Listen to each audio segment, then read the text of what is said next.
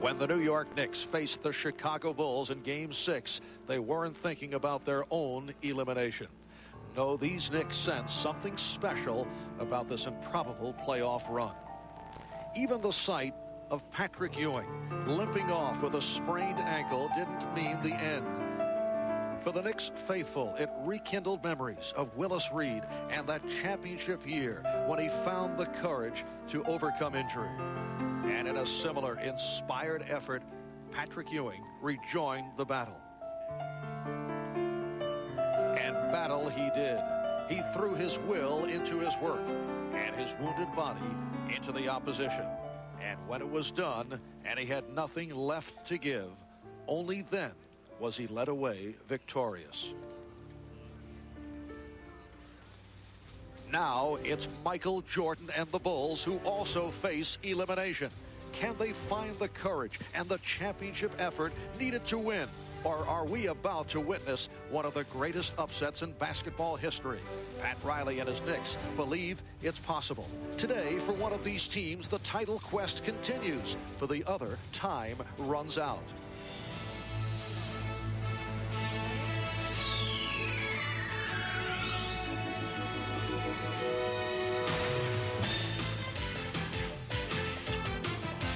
This is the NBA on NBC. The 1992 NBA playoffs.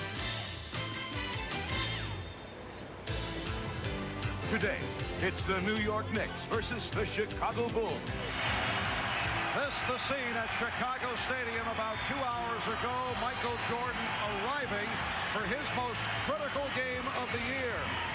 And 20 minutes later, Patrick Ewing made his way to the biggest game of his 7-year NBA career. And despite the sprained ankle, does not appear to be limping. Yes, the season is on the line for the Knicks and the Bulls. A sellout crowd, 17,000, has turned out for the finale of this ferocious 7-game series. Hi, everybody. I'm Marv Albert, along with the czar of the telestrator, Mike Fratello, and Earvin Magic Johnson. Now, Magic, you have certainly seen Pat Riley at work under enormous pressure come playoff time. I know you spent some time with him earlier today. What did he tell his ball club for this 7th game? Well, Coach Riley told his Knicks players that, hey, the pressure is on the Bulls to win this game. What they must keep doing is keep having fun and also stay loose. 3 things must happen for the Knicks if they're able to win this game. They have to keep playing good team defense, keep rebounding the basketball, and continue to keep the Bulls out of the lane. And during the course of this stunning run by the Knicks, they have been able to take the 2 Chicago superstars, Michael Jordan and Scottie Pippen, right out of their game. In fact, Mike, that's the major reason that we have come to a 7th and final game. Well, no question that the superstars, Jordan and Pippen, have been affected by New York's defense, but in a different way because they're both trying. New York felt if they could control tempo and keep the shot attempts down, then they would keep the points down. If we look back during the regular season, this Chicago Bulls team averaged 87 shots a game, with Jordan and Pippen taking 39 of those shots. In this series in the playoffs, the Bulls averaging only 74 shots a game, down 13.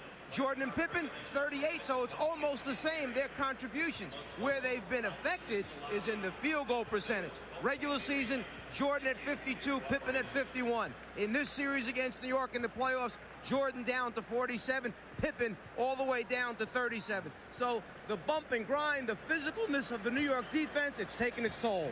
All right, this crowd appears to be ready here in Chicago. Coming up, the 7th and final game between the New York Knicks and the Chicago Bulls.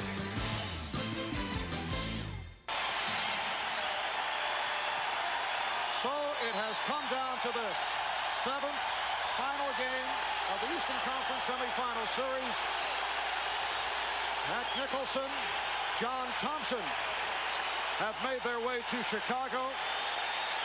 And we are set for one of the electrifying scenarios in the world of sports, the introduction of the lineups here at Chicago Stadium. Here's the public address voice of the Bulls, Ray Clay. Fans to the Chicago Stadium. Today's Game 7 of the Eastern Conference semifinals is between the New York Knicks and your Chicago Bulls. Now for this afternoon's lineups. First for the visiting New York Knicks. At forward, from Virginia Union, 6'9", Charles Oakley. A 6'8" forward from Wichita State, Xavier McDaniel. At center, 7 foot from Georgetown, Patrick Ewing. At one guard from St. John's, 6'3", Mark Jackson. At the other guard, 6'6", from Tennessee Chattanooga, Gerald Wilkins. The New York Knicks are coached by Pat Riley, assisted by Dick Harder, Paul Silas, and Jeff Van Gundy. The trainers, Mike Saunders.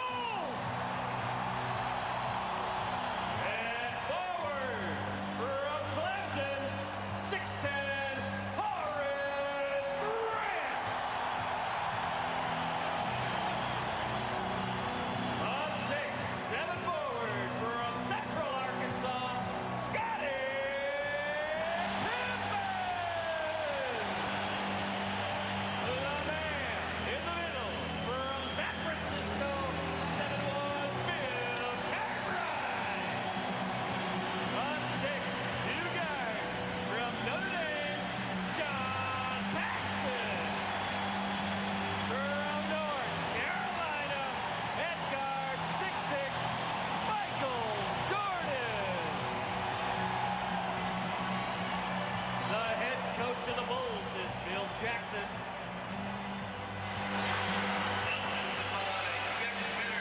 Well, our Ahmad Rashad spent time in both the Knick and Bulls locker rooms earlier today for a report.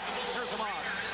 All right, thanks, Marv. I visited both locker rooms. In the Knick locker room, I found 12 players who are not only focused, but possessed with the fact that not only could they beat the Bulls, but they feel they can go on and win the NBA championship. In the other locker room, the Bulls were very loose, and you can tell that they were tired of answering all the questions of who, what, and why this series went to the 7th game. They all feel like this is the time they can prove that they are NBA champions, and they will get that opportunity momentarily. Marv?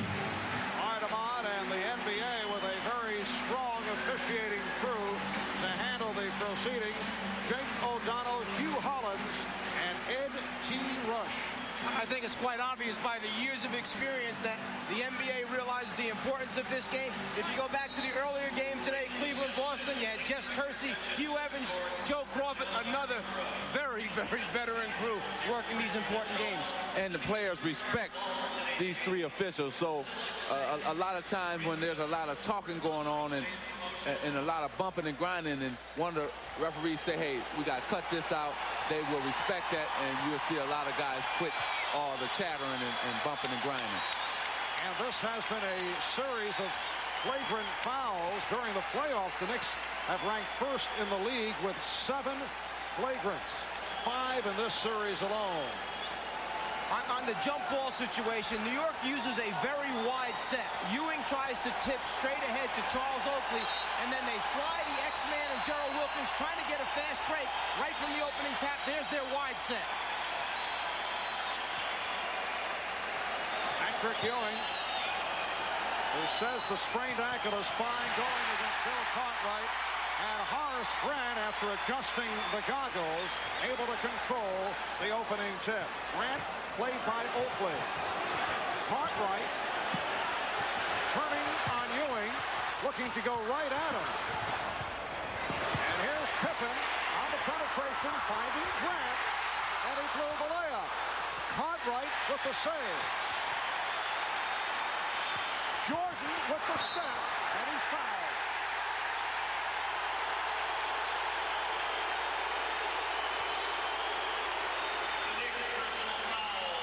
We've seen the aggressiveness right from the start by the Chicago Bulls. Michael saying no jumpers to start out with. Take the ball to the rim. Pippen took it to the rim, and the Bulls started out offensively like they like to do every game. Get it into Cartwright, see if the postman can score first, and obviously try to pick up an early foul versus Patrick Ewing.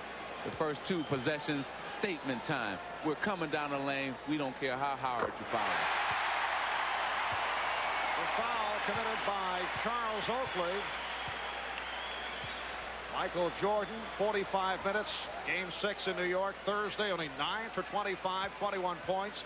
And Magic looks to be worn down. Certainly the Knick defensive effort, the fact they played him so physically, has contributed to that, but he does not look to be himself. The minutes are taking a toll on him. The aggression stolen. Saw the aggressive play once again off that steal. Wilkins with a 3-on-1.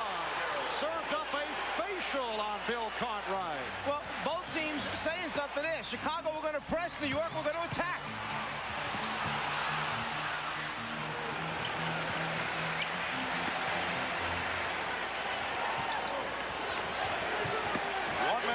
Gone by. The game tied at 2. The interior pass from Jordan knocked away and a foul call. It's on Ewing. To get back to that point of Michael Jordan, the minutes have really weighed heavy on him, but also the physical play of New York has taken its toll too. The best thing that happened for the Chicago Bulls is they had 2 days to rest. Here's Jordan. So the Bulls lead 4-2. After scores, Chicago tries to get Grant up on the basketball to slow down the entry pass. They don't want New York getting it up the floor quickly. Patrick Ewing connects on his first field goal attempt, and the game is tied at 4. When talking to Michael Jordan before the game, we said, Mike, some games you come out and get your teammates involved. Other days you try to get involved. It looks like today he's getting involved early. Coach, Mike, he can't wait. He can't wait. This is wait on your teammate. Wilkins for 3.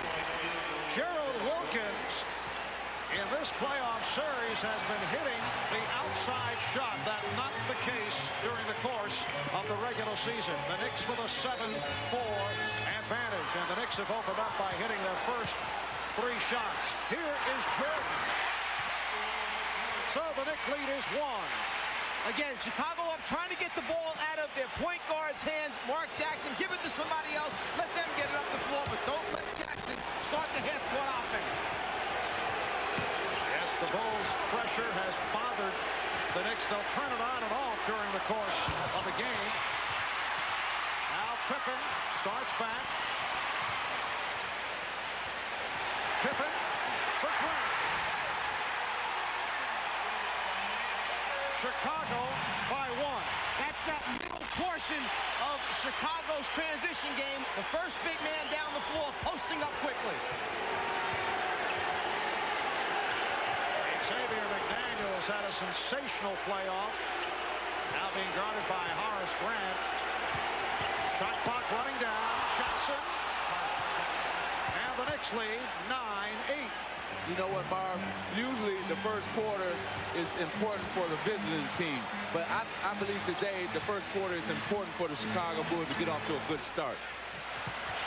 Cartwright fouled by McDaniel.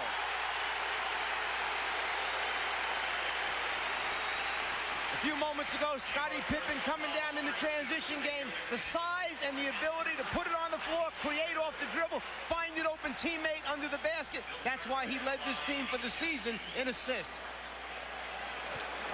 Bill Cartwright has had his difficulties at the foul line. At the earliest stages of his career, a solid free throw shooter, but he has dropped off in recent years. He's tied the game at 9, and there's no question that the Bulls are looking to get Cartwright going earlier. That is their usual philosophy, but today even more so as they want to test Patrick Ewing. Exactly. They want to get Patrick Ewing into foul trouble because they know once they get him on the bench, their job and their game will be a lot easier. So the Knicks and the Bulls tied at 9, 3.5 gone by. Ewing from Oakley.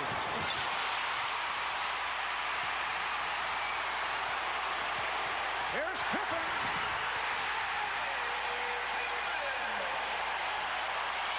The Bulls 11 and the Knicks 9.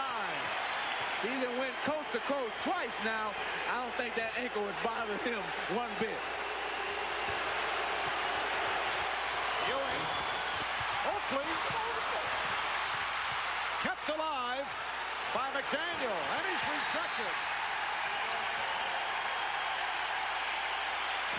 This game has opened at a furious pace. Well, this is probably the fastest game in terms of in the first 4 or 5 minutes in the actual all the other 6 games. The pace is really quick. Here's Ewing, and he's fouled by Cartwright. A hack on Cartwright, so that is his first personal that sends Ewing to the line. Pippen has that rare ability to take it off the glass, lead the fast break, and then if there's no decision, finish it at the end. Also, let's not look past the fact that pretty good defender comes from the blind side, gets the block versus the X-Man.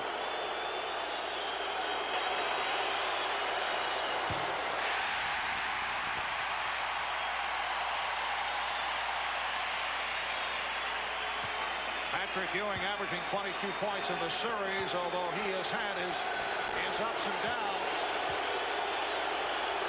And the same for his work at the free throw line as he connects on 1 of 2. So the Knicks trail 11-10. The New York Knicks last advanced beyond the second round in 1973 when they won it all against the Los Angeles Lakers. Jordan. Bulls 13 and the Knicks 10. Fast start for Michael Jordan. He's hit 3 out of 4.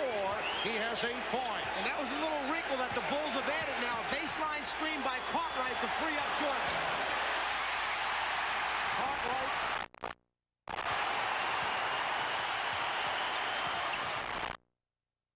And the bucket.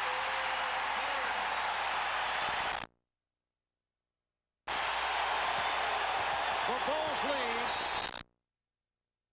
And the Knicks call for time.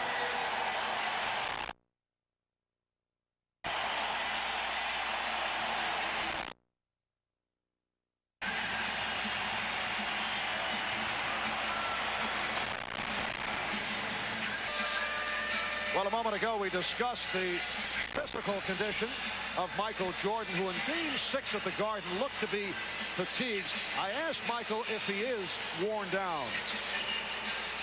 I was, before we took a day off, I was mentally drained in the sense that you have to keep raising your level of mental challenge towards this team. They challenge you in that way. That I was a little mentally drained, and the day off really helped to recuperate that. I think everybody was. You know, we wanted to win so bad. We probably lived on the expectations of everybody, saying that we should sweep this team, and when it wasn't a sweep, it became mentally draining for everybody to give yourselves up for the games. You know what happens is superstars rise to the occasion. Yes, he was tired. He probably still tired today, but this is his time, 7th game. McDaniel had a fire with the shot clock running down. The Knicks have missed their last 6 field goal attempts. One of the most discouraging things to come out of a timeout when you're trying to regroup, you set something up, and all of a sudden you're facing 1 second left on the 24-second clock, and you have to hoist one up just to get it off. The Bulls, in contrast, have hit their last 5, and they lead 15-10, 6:35 remaining in the first quarter. Jordan does not like the hand check from Wilkins, and a foul call. Now let's go to Ahmad Rashad for this report. All right, Marv, during that last timeout, Pat Riley and his team were very calm and collected and calculating. And Paul Silas told me before the game that they expected the Bulls to come out and have a big wave of offense in the first quarter. If they could withstand that, then they'd have a chance to win the game. Marv? Well, Ahmad, we're seeing that wave in Chicago in the midst of an 11-3 run, and you can see the tone of the Bulls is quite different here at the start, Mike. They're taking it to the basket instead of pulling up. On the turnover, Knicks have a 3-on-2. No question. People have been saying that the physicalness of New York has made Chicago shy away from taking it to the rim. 5 times all the way to the rim so far in this game. Only once a pull-up jumper. And here's Jackson with the pull-up. Mark Jackson with his second field goal. The Bulls 15 and the Knicks 12. Grant setting the screen. Pippen for Grant. Played by Ewing. Now Pippen with the room. That may be a bad sign for the Knicks. Scottie Pippen hitting the jump shot. McDaniel, yes, and Xavier McDaniel with his first field goal. The Bulls 17 and the Knicks 14. Well, yesterday in practice, Pippen didn't do very much as far as physical work, but he took almost 200 shots trying to get that stroke back. And a reach-in foul called on the Knicks. That's number 2 on Wilkins, and it will send John Starks into the game early. Pat Riley looking down the bench. Darrell Wilkins has played Michael Jordan extremely well, and he will head to the bench. John Starks, not a popular figure here in Chicago, off that flagrant foul against Scottie Pippen late in the third quarter on Thursday. I think John Starks is the type of player who loves that, though. He loves to be booed. He wants that because it makes him not have to play harder, and it brings out the best possible player in him. You'll see that today. He's going to be firing it up just like it was a normal game. He don't care about being booed. Yeah, and we talk about Patrick Ewing. This might be the key person, John Starks, for New York. In their 3 wins, he averaged over 18 points a game. In the 3 losses, just over 7 points per game. If he's firing and making shots, it's a different Knick team. Bulls go to the pressure. Here's Ewing with the drop step, and it's rebounded by Pippen. Bulls on the run. Paxson shooting. Rebounded by Jordan. Grant. Oh, the Bulls all over the board. They lead 21-14. Here's Starks for 3.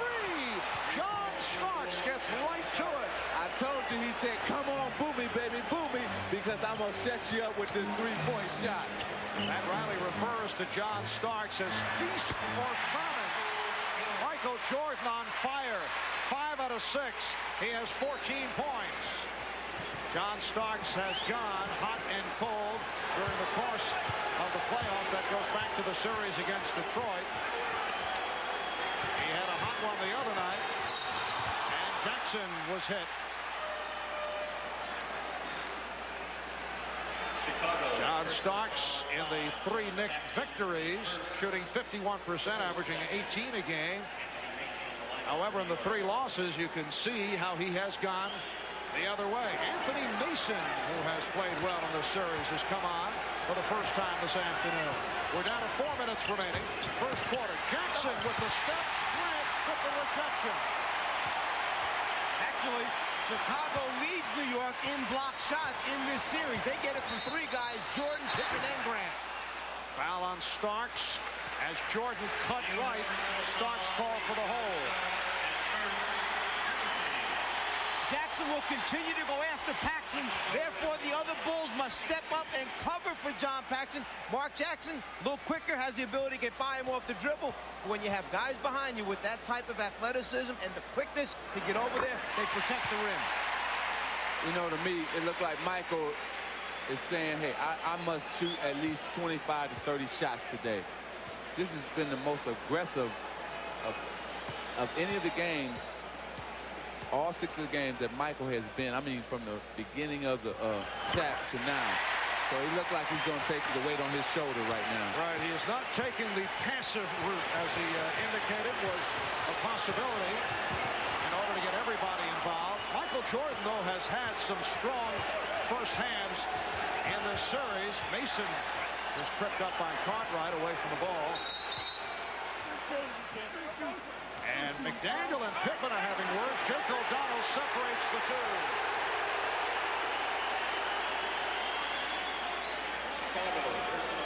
The body's down low, working to get the little hole, the grab, the push, the shove, and this is what Jake O'Donnell was trying to clear up right away. Talking to both players, knock it off, we won't stand for that. You got the 3 best referees. I mean, they're not going to stand for any of this chattering. Patrick Ewing able to cut that Chicago lead to 25-19. 3:20 remaining in the first quarter. And as Ahmad said a short while ago, New York just wants to stay close enough in this first quarter so that the Bulls don't pull away too far and then get back in the game. Horace Grant off to a terrific start. He's done it on the boards, and he's done it offensively. 3 field goals, 6 points. Bulls 27, and the Knicks 19. McDaniel posting up and faces up. Called for an offensive foul.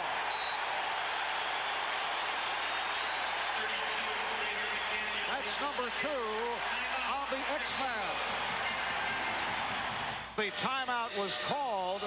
Both clubs going at each other. Michael Jordan and Xavier McDaniel having words. Double technicals were called on McDaniel and Jordan. What we said a moment ago down on the baseline foul that Jake O'Donnell was stepping in to send the message. This is step number 2 in the message sending process. The next one, someone's going to be ejected from this basketball game, which is a very serious step. Jake O'Donnell does not mess around. You're messing with the wrong referee if you're going to be messing with Jake O'Donnell. He will toss somebody. He doesn't care if it's the 7th game. If he warns you one time, the second time, you're out of here. Let's go to Ahmad Rashad. All right, Marv, yesterday I was speaking with Scottie Pippen, and he's starting to feel the pressure that everybody telling him to step up and be ready to play. He was so focused yesterday that he would not be intimidated. He said he'll be driving the basket like the Pippen of old, and you can see he's ready to play. Marv? And the Bulls have been ready here at the start. They lead 27-19. Starks with the steal. Ron Starks spent all day on Wednesday shooting the jump shot. He said he took about 300 shots, and he credits assistant coach Jeff Van Gundy for an adjustment in his release, which turned things on Thursday night. Shot clock at 3 as Mark Jackson hits on his 3rd field goal. Starks saying that the ball was resting too much on the palm of his hands, and he made that adjustment. Meanwhile, Pippen is hit hard, and he'll go to the line. Let me say this. Scottie Pippen, for the first time, is taking the challenge. He's not stepping backward. Right here, he goes to the hole. He's saying, okay, I'm going to challenge everybody. I don't care. You can throw me down, knock me down. Hey, I'm ready to play today. For the first time, I see him going forward instead of going backwards. Magic, of course, your Laker club of recent years was more of a finesse team, but when you went up against the Bulls last season, was the same philosophy intact, that if you can get to Pippen early and hit him hard, that you might take him out of the game? Well, we wanted to do that, but we didn't have the type of players that could do that. New York, that's their style, because they have the type of players with that mentality that can do that. Is there the feeling that he can be intimidated? Well, that's the feeling that you want to play him physical. Push him around because he doesn't like the physical game. Patrick Ewing cutting it to a 5-point Chicago lead. 1 minute and 40 remaining in the first quarter.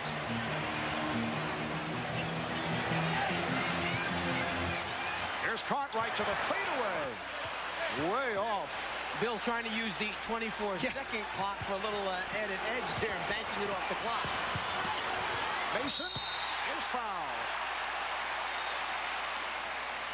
So Anthony Mason will go to the line. Foul charge to John Paxson. B.J. Armstrong will check in, along with Cliff Levingston. You know, Coach, Chicago has gone to a different strategy than any of the other games. They're posting up Michael more than trying to get him out on a 1-4 type situation, because they feel that he can take the smaller guards and Wilkins and then Starks. In the other games, they got him down in there, but later on in the game, as you're mentioning, they're doing it right from the beginning here and using a little baseline screen by the 5-man, because Ewing's not going to switch off on him to help free him up, flashing in there. Normally, they just send him on his own, try to flash him into the post. So you can see that both coaches have made slight changes in their offense to free up different guys. And despite this early flurry by the Bulls, the Knicks able to hang here. That's been the story throughout the series. The Bulls now lead by 3. Jordan through the foul. Oh, what a move by Michael Jordan, who has come out and hit 5 out of 7 from the field, 6 for 6 from the line for 16 points. The foul called on Starks. Well, if you let Michael Jordan get to the paint, and this is one of the things that Ryan and the Knicks were focusing on, keep him out of that paint area. Everybody else, besides the man guarding him, pay special attention. When he puts it down, come and get him. But Marv, like you were saying, the Knicks, hey, they can feel good right now. They're only down 3 points. Chicago has been in the penalty for the last since 5 minutes on to the end of this quarter. So, hey, if they can go down only 3.5 points at the end of this quarter, they've done a wonderful job. It is now a 4-point Chicago lead. Michael Jordan has had the hot hand during the course of the first half in this series, but you can see in the second half only 27 for 71. 38%, had a 3 for 13 in the second half in New York on Thursday. Light pressure being shown by the Bulls. And the Bulls have used 2 of their traps already. The full court one up on the ball and the 3-quarter one. Once they get it in, they still are holding back the half-court trap. Shot clock at 8. Ewing. Rebound Oakley. And it jarred loose. And Ed Rush with the call saying last touch by the Knicks. Knicks were looking for a jump ball at the very least. I don't know how you make that call. You got 2 guys rolling all over the floor, diving for loose balls, and loose balls may in the end be the difference in this game. Oakley, Livingston, the rest of the players coming in after it now. First one that touches it, that touches the out-of-bounds line, that's how they're going to call it. Yes, I think that what he said that Mason had his foot out of bounds when he touched the ball, so that made a Chicago ball. Jordan given room and was surprised. That's the most room Michael Jordan's had in about 2.5 weeks. It was too easy. It was too easy. Down to 25 seconds in the quarter. Ewing feeling the contact. But Patrick Ewing has been off. 3 for 7 for Ewing. Starks with the steal. Starks out of control with the dribble. Able to recapture. Final seconds of the first quarter. That pass intended for Starks. Here's Ewing to the fadeaway.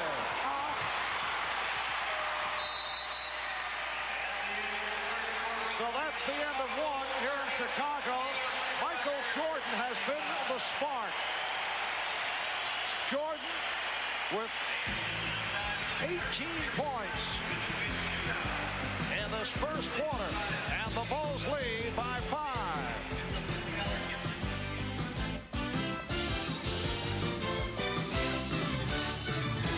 Back in Chicago, Marv Albert, along with Mike Fratello, Magic Johnson, Ahmad Rashad. It is awfully tough to repeat in the NBA. A Chicago Bulls team that won 67 and lost 15 during the regular season, trying to make it 2 in a row. Well, I guess if there's anybody that should know about how difficult it is to get a back-to-back championship, it's our guy Magic here. It took us 3 7-game series to win the back-to-back championship, and it might take that for the Chicago Bulls, you know, but they got enough to worry about right here with the Knicks. John Starks continuing his strong play.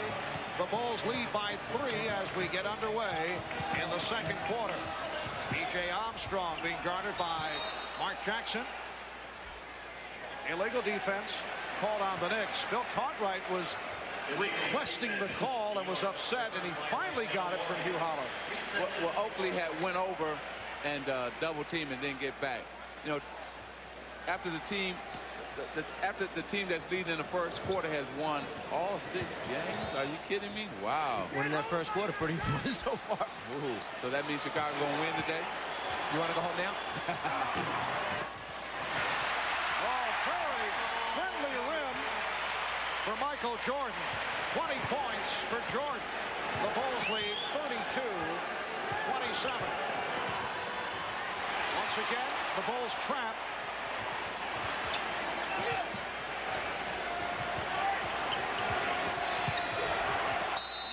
fouled.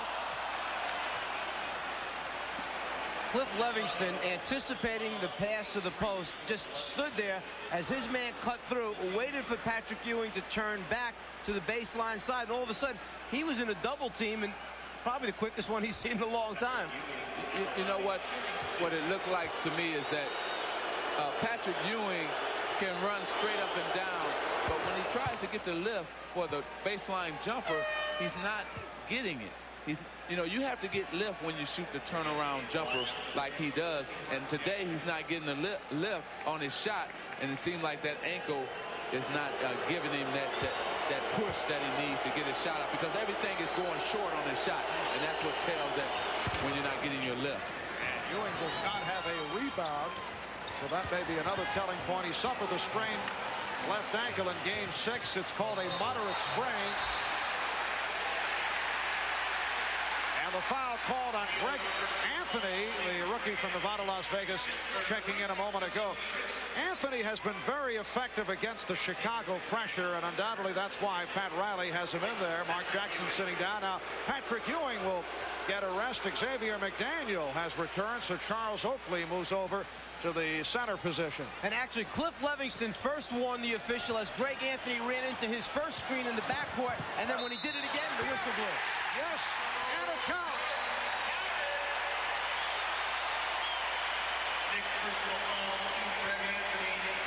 Anthony picks up his second. Michael Jordan has taken over this game. He has 22 points. The Bulls now lead by 5. And you can see the special attention that Jordan draws. 3 Knicks waiting for him in the lane, but when he gets that deep, the way he can elevate with his tremendous concentration, and there is no question that with the 2 days rest, he has come out here today. He is a different looking Michael Jordan than the one that we saw in Game 6.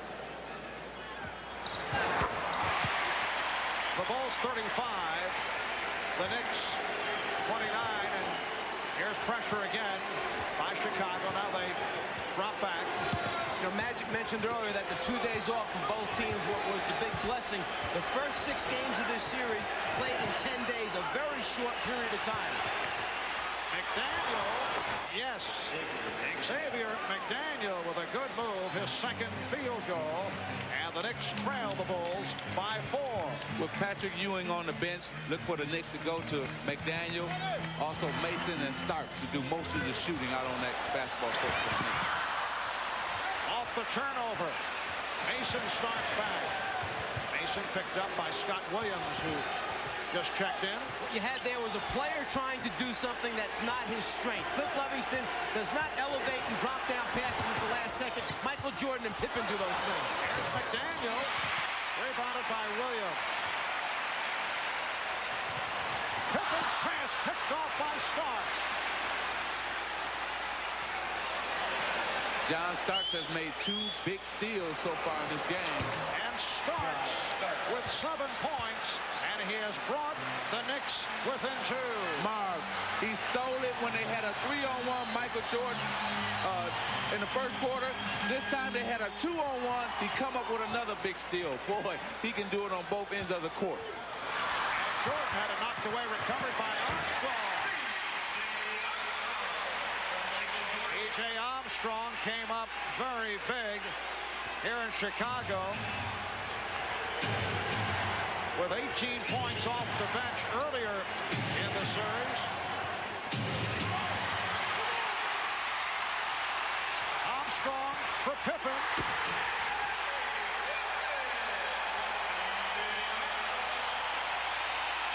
The Bulls 39 and the Knicks 33.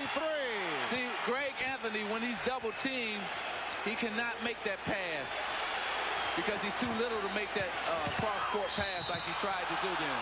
Blocking foul on Scott Williams. And a timeout has been called by the Bulls. 8:40 to go in this first half. Coming up at halftime, NBC Sports will present coverage of the NBA Draft Lottery. Some refer to it as the Shaquille O'Neal Sweepstakes. Incidentally, earlier this week out in L.A., Ahmad Rashad, taping a segment for Inside Stuff, played some one-on-one with Shaquille O'Neal, and they ran into a little problem. Let's take a look. Okay, so you've been playing against zones in college, right?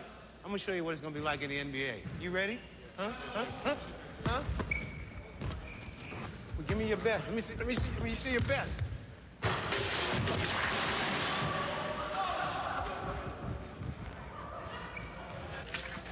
Is that all you got? Yeah. Yes. Well, Ahmad, I know you enjoyed the moment. And what a moment it was.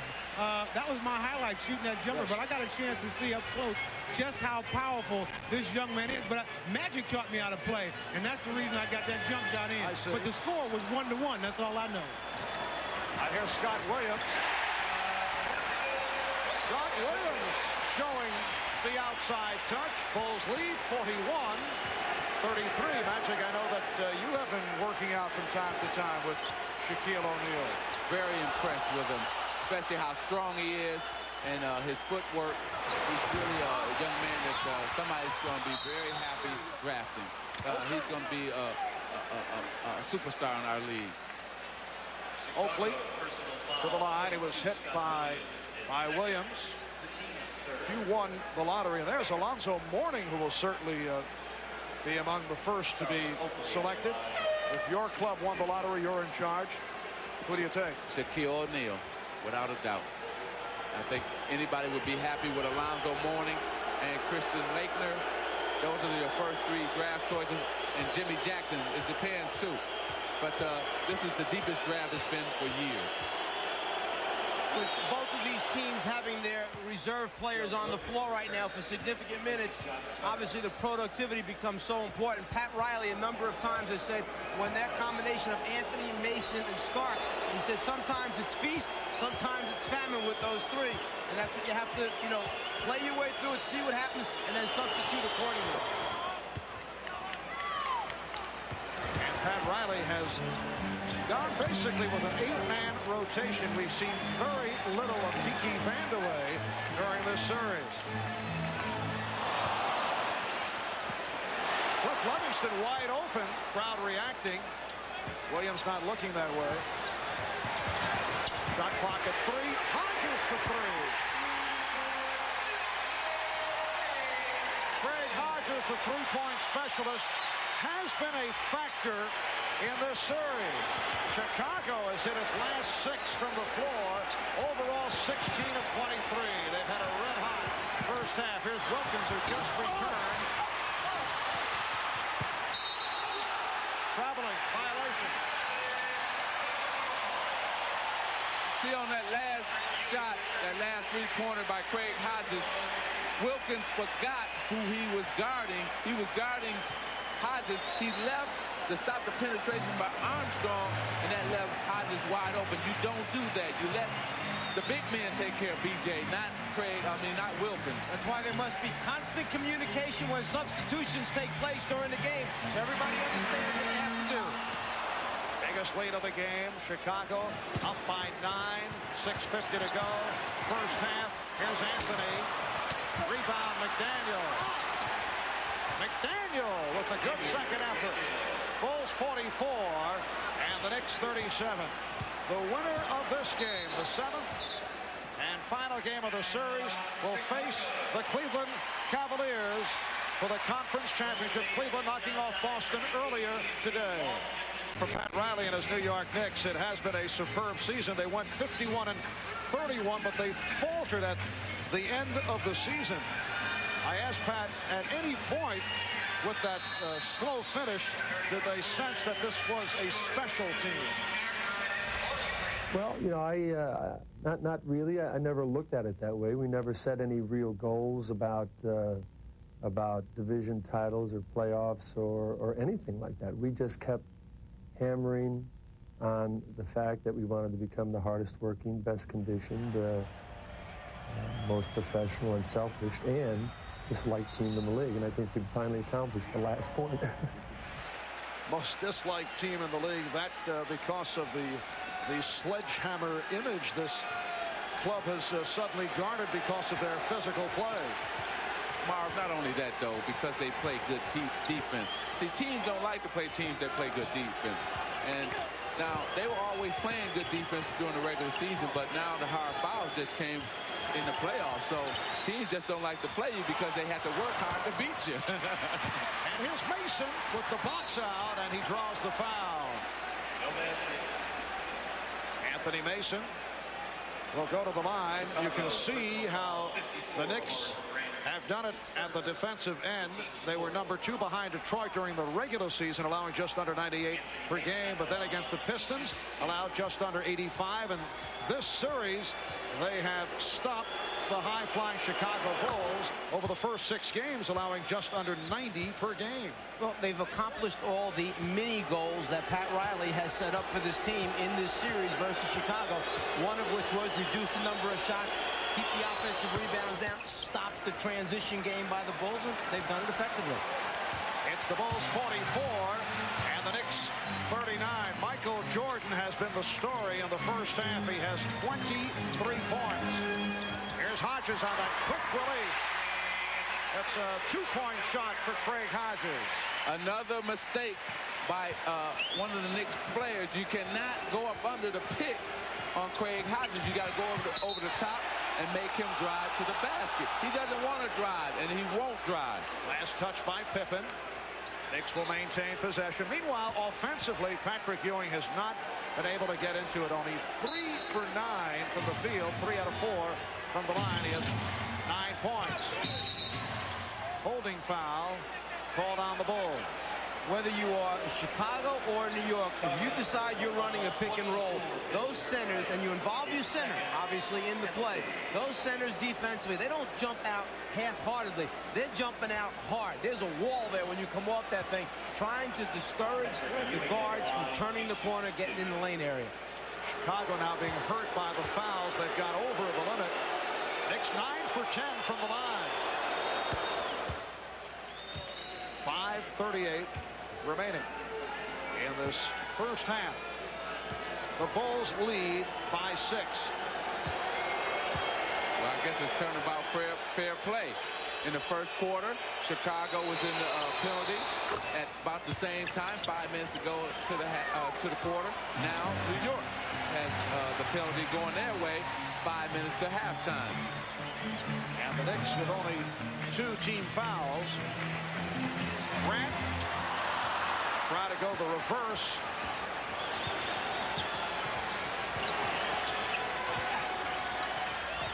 Mason getting position, but facing the double team, and he's tied up. Good defensive play by Chicago and doubling up on Anthony Mason. Now, since this jump ball will be under the New York basket, and the loss of the ball right there enables Chicago to get back, recover, and force the jump. You have to cover shoulders under the basket. They covered Ewing on both sides, left and right. No layup on the tip. Wilkins picked off by Grant. Jordan.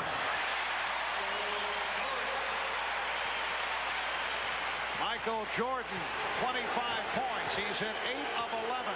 Bulls 48. Knicks 41. Wilkins and Anthony now in the backcourt. Ewing up front with McDaniel and Mason. Here's Wilkins for 3. And back comes Pippen. Hodges from downtown. Pippen had it knocked away. It'll be Chicago ball. Magic, pretty soon they're going to start listening to you about leaving Hodges alone out there. Remember what he can do. Well, that time the defense went back up under the paint to guard the basket and left Craig Hodges wide open. And he, for the first time in this game, in this series, he rushed the shot. He rushed it that time on a 3-pointer. Mark Jackson is back for Greg Anthony. Oh, good look from Jordan. Grant from Jordan. The Bulls again have a 9-point lead. I guess sometimes when a player can come out and get 18 points in a quarter, you pay special attention. You forget about the other guys a little bit. Here's Mason. Rebound, McDaniel. Crowd looking for a travel. Bulls lead 50-49. to 43, and this game is being played at the Chicago Bulls Tempo, and that's the first time that it's occurred this series. Yes, it's a 7-game. Everybody's just excited. It's the excitement more than anything else. Michael Jordan a moment ago with the ball is going to penetrate the lane. Somebody's got to step up and stop him. So the decision takes place behind him as to who's going to take Horace Grant. The result, nobody takes him. Grant with the deuce. So Michael Jordan doing it with his offense, and also the beautiful lead pass thrown to Horace Grant. That last foul on Gerald Wilkins, his third, and he's replaced by John Starks, and now Starks will take a crack at Jordan.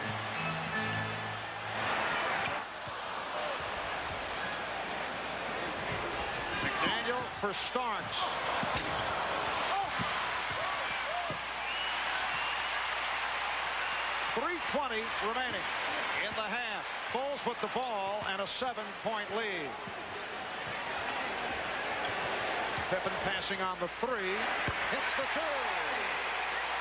and he is 4 of 4 for 9 points. The Bulls lead 52-43, and the Knicks want to talk it over.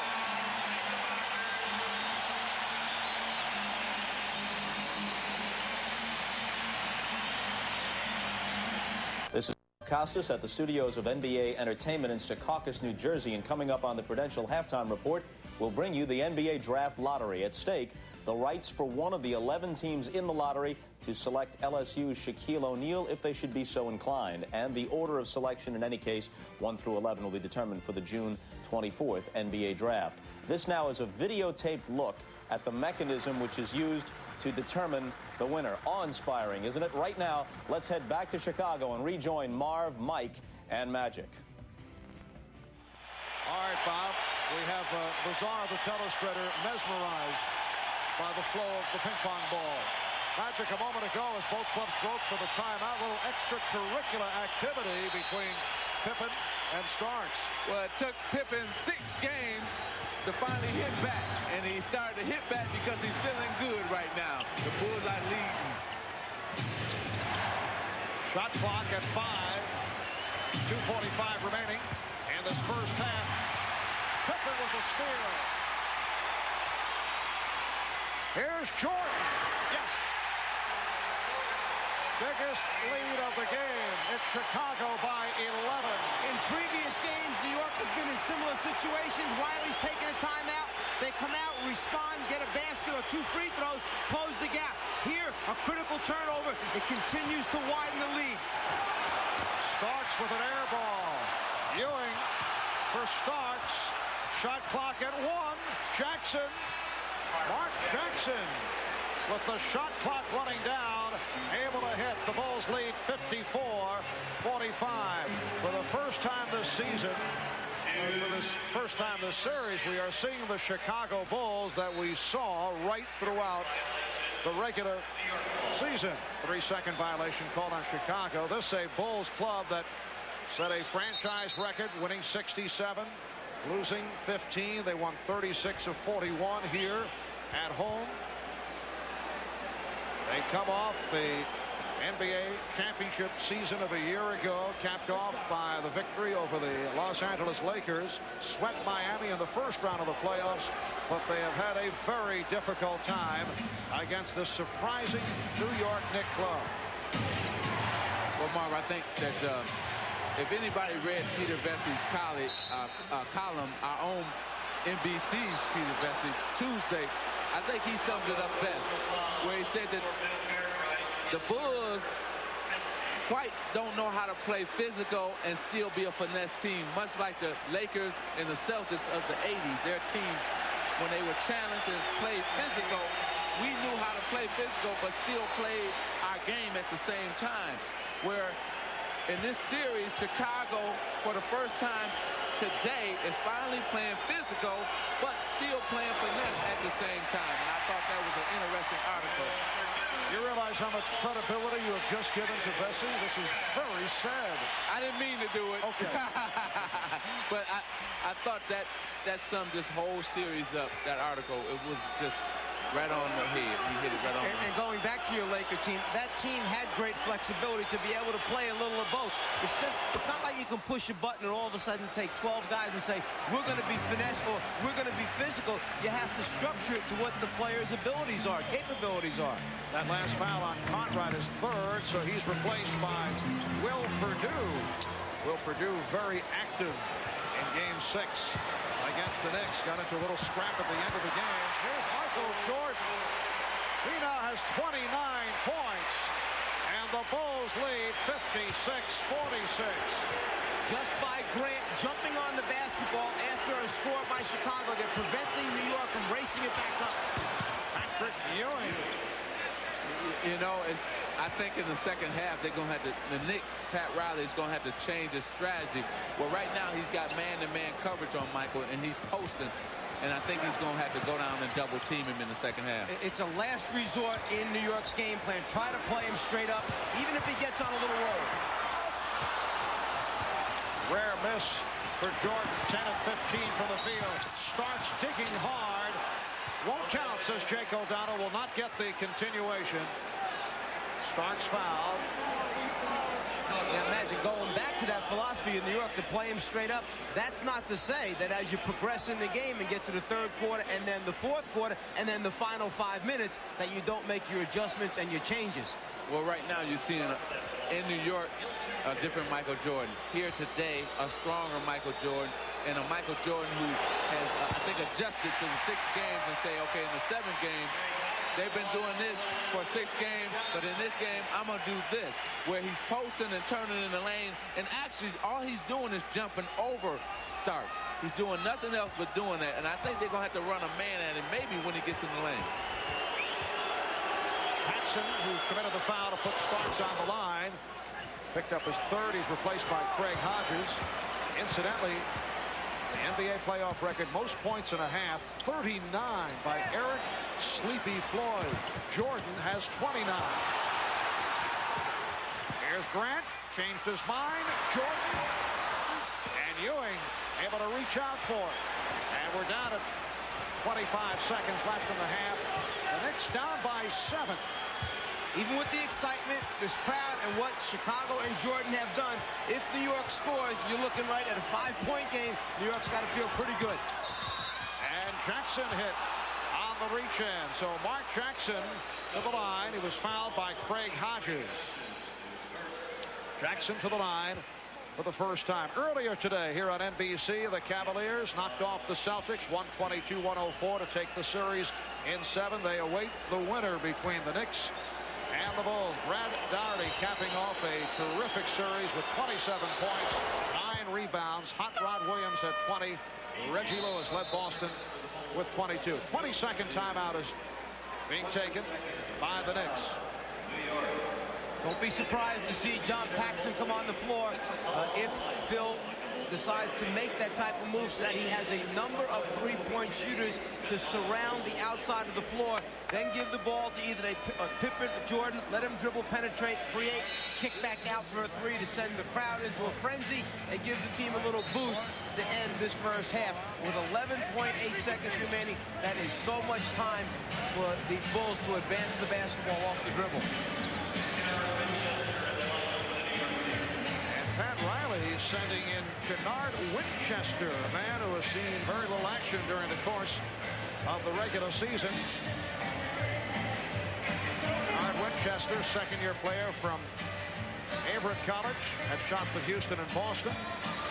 Winchester in there because of some Knick foul trouble. Jackson will shoot his second. 11 seconds to go. First half. The lottery coming up at halftime. And so it is only a 5-point Chicago lead. Knicks do have 1 foul to give, and there it is. And a good foul because now the Bulls will have to regroup and inbound again with 6 seconds on the clock. And that's the reason also for the substitution in case it got into the hands of the man that Winchester was guarding. You don't care if he picks a personal foul. Now they will go back and draw up what they want to run here with just over 6 seconds remaining. The Knicks very fortunate, as you mentioned, Mike, to be only down by 5 when you consider Michael Jordan just burning it up in this first half with 29 points. Chicago is led by as many as 11.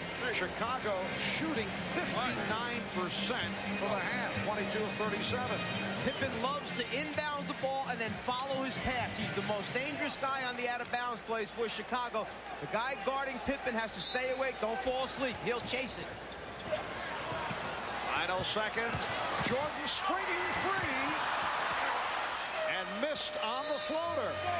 Oh, yeah, I did forget about a guy named Jordan. So Michael Jordan with 29 points. And the Chicago Bulls lead the New York Knicks by the score of 56-51. Halftime of the 7th and final game. Stay tuned for Bob Costas from NBA Entertainment Headquarters as we will present the NBA Draft Lottery. Halftime of Game 7 in Chicago. Michael Jordan with 29 points, though he missed his last 3 shots from the floor. And despite yielding the 29 to Michael, the Knicks, led by Patrick Ewing's 14, trailing by only 5, 56-51. The winner gets the Cleveland Cavaliers in the next round. The Cavs over the Celtics in Game 7 earlier today, 122 to 104. Bob Costas at the NBA Draft Lottery, being held this year in the studios of NBA Entertainment in Secaucus, New Jersey. The NBA Draft itself will take place on June 24th in Portland. Today, the order of selection in the draft has been determined by the lottery. Here's a little background. The lottery was instituted in 1985 in part to remove the appearance of teams with poor records losing intentionally in order to secure a high pick in the draft based solely on order of finish. So what's at stake in this year's draft? Well, in some years, it's not exactly clear which player will be taken with the first pick. Not so this time. Barring the unforeseen, the first selection will almost certainly be LSU's Shaquille O'Neal. He's amazing. And the thing I like about him, too, is that he can run up and down the basketball court, and you can give it to him on the run, and he can make a good decision. If he does the things he's supposed to do, after watching him play, I think he's the best player we have, other than Michael Jordan, of course. Yeah. But I think once he gets in the league and gets established, he's going to be the same type of player. He won't be as flashy, but he's right up there with the best of all of them right now. People out there that have a lot of expectations, and I'm not going to come into the league and try to rush anything. I'm just going to take 1 year at a time, and hopefully I'll become a great player. All 11 of the lottery teams have said they would select O'Neal if given the chance. Other prominent players sure to go in the first few picks are Georgetown's Alonzo Mourning, Duke's Christian Laettner, and Ohio State's Jimmy Jackson.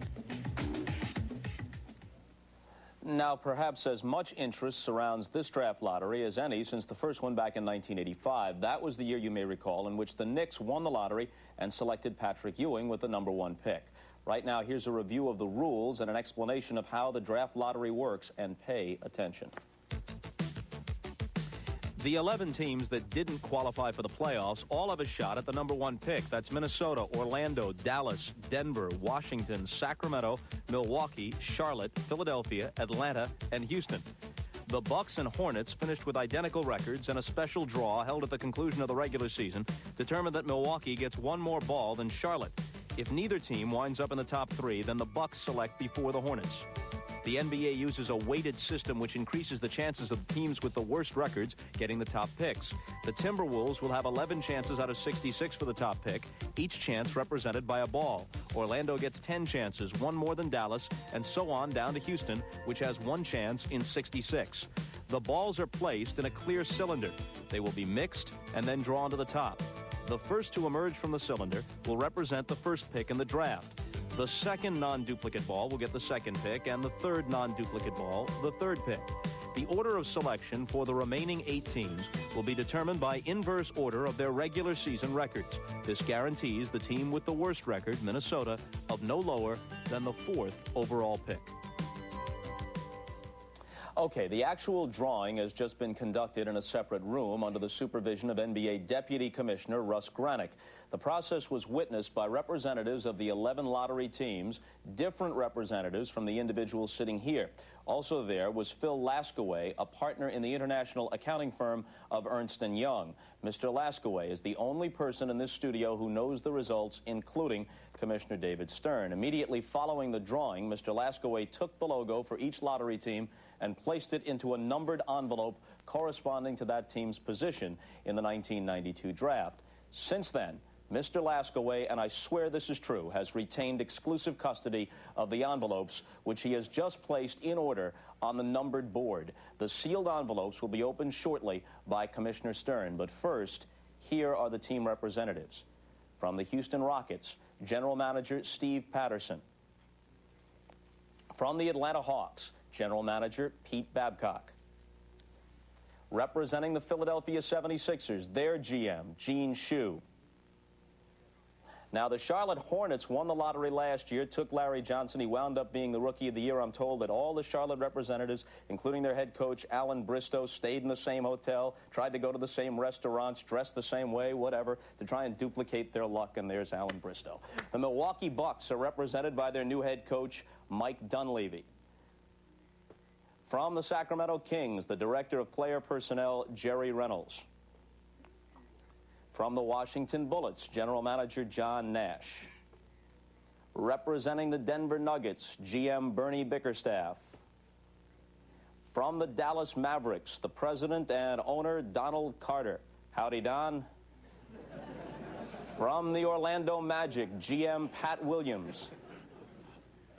And finally, representing the Minnesota Timberwolves, their President, Bob Stein. Commissioner Stern will open the envelopes representing the selection order 11 through 1. Keep in mind that since slots 4 through 11 are determined by inverse order of regular season finish, and only the first 3 positions are determined by the lottery, if Houston, for example, doesn't come up 11th, or Atlanta doesn't come up 10th, and so on, it means that team has defied the odds and lucked into one of the top 3 selections. And now to announce the order of the first 11 picks of this year's NBA draft, here's the Commissioner, David Stern. Good afternoon and welcome to the NBA Draft Lottery. Everyone has been briefed on the lottery procedures, so let's get started and see who picks where in the 1992 NBA Draft. The 11th pick goes to the Houston Rockets. As expected, they had 1 ball out of 66, so no disappointment really for Steve Patterson. The 10th pick goes to the Atlanta Hawks. And form holding so far. The 9th pick goes to the Philadelphia 76ers. Charles Barkley said if they don't get one of the top 2 picks, they should trade him unless they get Mourning or O'Neal. The 8th pick goes to the Milwaukee Bucks. That means that Charlotte has moved up. Charlotte has one of the top 3 picks. The 7th pick goes to the Sacramento Kings.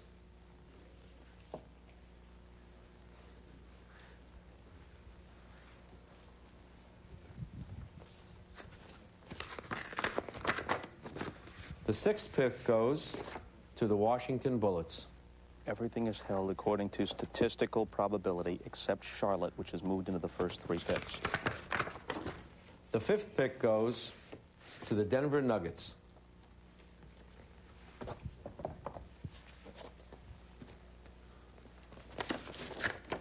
The 4th pick goes to the Dallas Mavericks.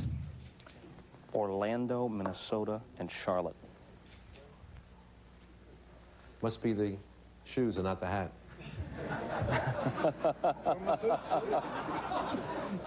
And now the first 3 picks in the 1992 NBA Draft.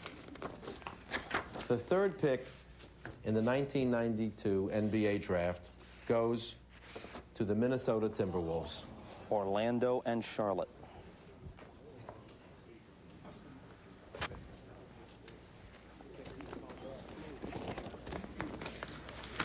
The 2nd pick in the 1992 NBA Draft goes to the Charlotte Hornets. And that means Orlando's got it.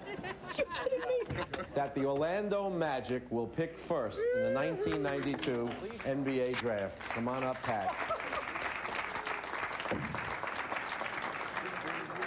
Pat Williams, the colorful former GM of the Philadelphia 76ers, has been with the Orlando Magic from the inception of the franchise, and now his team owns the #1 pick in the June 24th draft. We'll talk with Pat right after this message from Prudential and a word from the NBA.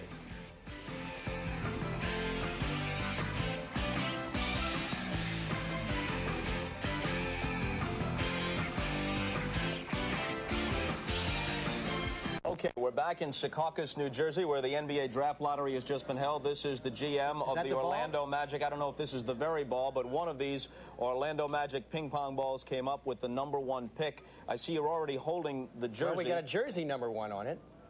And what does it say on the back? There says O'Neal. It says O'Neal. Obviously, with a 1. Obviously, you would like to take Shaquille O'Neal. You're telling me you will take Shaquille O'Neal despite the possible problems in signing him? Well, we'll get him signed. I'm sure at some point he's a terrific talent, and Orlando's a great market and a great city. We got a good nucleus, and to get a player like O'Neal is a pretty unique opportunity. We'll talk to him, obviously, and want to bring he and his family to Orlando, and we've got about 5 weeks to work on that. But it's an exciting time for us, Bob. To win something like this is very special for our franchise. You'd have a chance to reunite him with his LSU teammate, Stanley Roberts, well, right? they'd take up a lot of room. They would blot out the sun on a lot of days. They're an enormous pair, but you never, just like in baseball, you never have enough pitching. In basketball, you never have enough big people. So to have an opportunity to get 2 young big men like that is pretty unique for us. So you foresee a Twin Towers situation? Well, I'm not sure all the time. I'll let Matty Gukas and his staff worry about that. I think at this point, if you have talent, you figure out a way to use it. And O'Neal is a remarkable talent. Stanley Roberts is a very special young big man prospect, too. What about the possibility of trading Shaquille O'Neal? There has been talk, and he's tried to soft pedal it in the last few days, but talk that he might be so difficult to sign that he might try to force a trade to a location of his choice. Well, obviously, one of the things that we have done with all the interviews of players that we've drafted over the years, Bob, point blank, do you want to play for our franchise? We've asked them that point blank, and we'll do the same with Shaquille. You know, it's another interesting thing. I know you feel your own exhilaration here, but Charlotte had the #1 pick last year. They got Larry Johnson. You take O'Neal, they can get Alonzo Mourning. What a team they're building. Well, they got a terrific break today. I think as the lottery really fell out today, there was one out-of-the-ordinary event today, and that was Charlotte, who should have been, what, 7th or whatever, and they plunk up there at 2, so they would have a choice of Mourning or Leitner or a lot of different people, and with Larry Johnson and Gill and the young club they're building, I'd say this is a very special day for Charlotte, too. Pat Williams of the Orlando Magic, congratulations. Thank you, Robert. You told me before the selection, save this seat, I'll be right up. That's right. And you turned out to be prophetic. Here is the review now of the lottery selection. The first pick to the Orlando Magic, the second pick, the Charlotte Hornets, third pick, Minnesota Timberwolves, who had the best statistical possibility of getting the first pick. They settled for the third. The fourth goes to Dallas, the fifth to Denver, the sixth to the Washington Bullets, the 7th to the Sacramento Kings, the 8th to Milwaukee. There's the Pat Williams reaction, which you're going to see in just a moment. We have it on replay. What did I say? 8th to Milwaukee, the 9th to the Philadelphia 76ers, the 10th to the Atlanta Hawks, and the 11th pick, as expected, to the Houston Rockets. They had only one chance in 66 of nabbing the #1 selection. And we'll return with second half action. The Bulls over the Knicks, 56-51. There's that reaction I was telling you about. Pat Williams, yes, the Orlando Magic. They have the #1 pick in the 1992 NBA draft. It's the Bulls over the Knicks in Game 7 from Chicago by 5. And we're back to Marv, Mike, and Magic after these messages from your local station. This has been the Prudential Halftime Report, brought to you by the companies of the Prudential. In a changing world, one thing remains rock solid: the Prudential. At halftime in Chicago, the Bulls by 5 over the Knicks in the 7th and final game. Marv Albert with the czar of the telestrator, Mike Fratello, along with Irvin Magic Johnson. And Mike, I'd have to say that the Knicks must feel fortunate to be trailing by only 5. Oh, no question. When the opponent is shooting the ball as well as Chicago is, and you are not shooting the ball well, you have to make it up in some other areas. New York doing a pretty good job of rebounding the basketball, but to only be 5 points down. I think Riley had to go in and talk about the positives that will take place. And statistically, if we look at some of the players on Chicago, they've really struggled down the stretch in the first 6 basketball games. So we'll wait and see. And that includes Michael Jordan, who has not done it in the second half. And Magic Michael certainly did it in the first half with 29 points. You were indicating you could see some adjustments by the Knicks on Jordan. Well, I think what you have to do is you're going to have to run a man at him. You can't let him sit down there and post up on John Starks or Wilkins because he's jumping over him. He's in a rhythm. He's in a groove. Now you must disrupt that rhythm and that groove. And Gerald Wilkins, who has played it well in the past, is in foul trouble with 3 personals. A look at the shooting in the first half. The Knicks only 17 of 40, 43%. But the Bulls on fire, 22 for 38, 58%. We'll check out today's Miller Genuine Draft halftime statistics. Knicks have done it on the boards once again with a 22-15 edge, sparked by Charles Oakley, who has been leading the way. Oakley with 7 rebounds in all. Right now, let's go to Ahmad Rashad, who is with New York Knicks coach Pat Riley. All right, thanks, Marv. Pat, Chicago threw everything at you at the first half. You guys withstood it. You're only 5 points down. Well, we have to feel like we're in a pretty good position, Ahmad, but if we adhere to our defensive principles this second half and continue to hammer on the board, then I think we got a great shot at this. All right, good luck to you in the second half, Pat. Thank you. Back to you, Marv. All right, it is a 5-point differential at halftime. Michael Jordan leading the way with 29. We'll be back in Chicago after these words. This capacity crowd at Chicago Stadium looking to pump up the home team. Patrick Ewing with 14, Mark Jackson with 10, Michael Jordan leading Chicago with 29 points. His high in this series, he had a 37-point game in Game 5. His all-time playoff high, you recall, 63 points. Ewing rebounded by Jordan. Here's Pippen.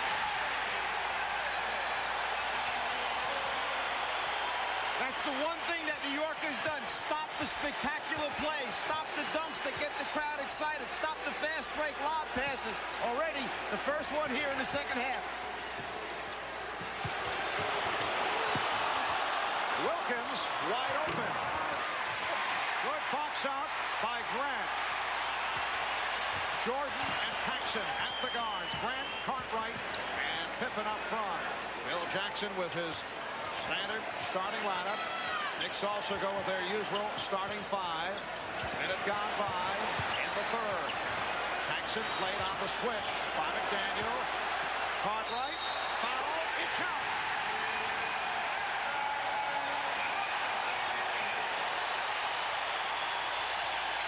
A few moments ago, Chicago got out early in transition, and these type of plays, a high lob, can get a team excited, a crowd excited.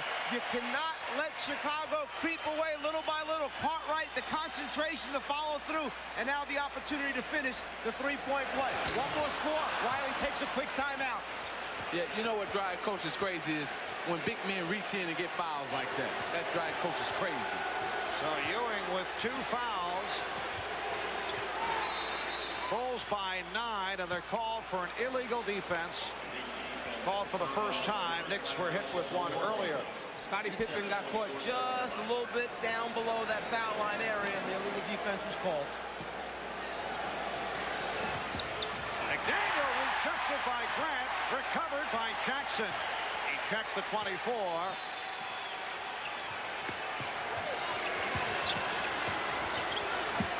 Jackson from downtown. Oh, this is a tough call. Hugh Holland's right there. And he says last touch by the Bulls. So the Knicks maintain possession. You know, sometimes coaches talk about scrambling on defense. Well, right now, the Bulls are scrambling. That means that you're active. That means that you don't really know where you might be on the next pass, but somebody better get there quick and then cover for your teammate if he covers for you. And that's what Chicago's doing so well right now, scrambling and covering for each other. Xavier McDaniel with 10 points. The Bulls 60 and the Knicks 53. Well, their rotation is very good. The Chicago Bulls defensive rotation is very good.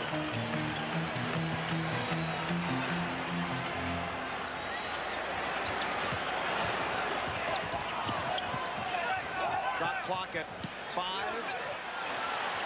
Jordan swinging, and it will be Nick Ball. Michael Jordan has missed his last 4 field goal attempts. We talked about they had to do something different with Michael. They double-teamed him that time, and X-Man made him shoot an air ball. And so you see Riley coming out second half, and a shot by Ewing right there. Good pass by Mark Jackson, too, the seams. But they are changing their defense on him, it looks like. 5-point Chicago lead. And Pippen will inbound.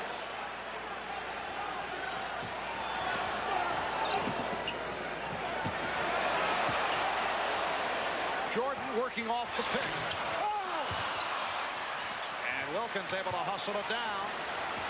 To show you the toughness, the mental toughness that this Knicks team has, a lot of teams would have gone away by now. 7th game in the stadium. They make a run early, Chicago, but nope, not New York. Right back here after Ewing knocks out the jumper to 3, and a timeout call by Chicago. So the Knicks are within 3. 3 minutes gone by in this 3rd quarter. 6 unanswered by the Knicks. The Chicago Bulls have 3 phases to their fast break transition game, and it starts with defensive rebounding. And once they secure the defensive rebound, the first phase, they call it the attack phase, starts with a good outlet pass. Then they must fill the 3 conventional lanes, 2 sides and the middle, and get the ball centered back up. The next phase they call the storm phase. First big man run down the floor into the paint and post up on ball side looking for a quick score. Then the 3rd phase is their flow.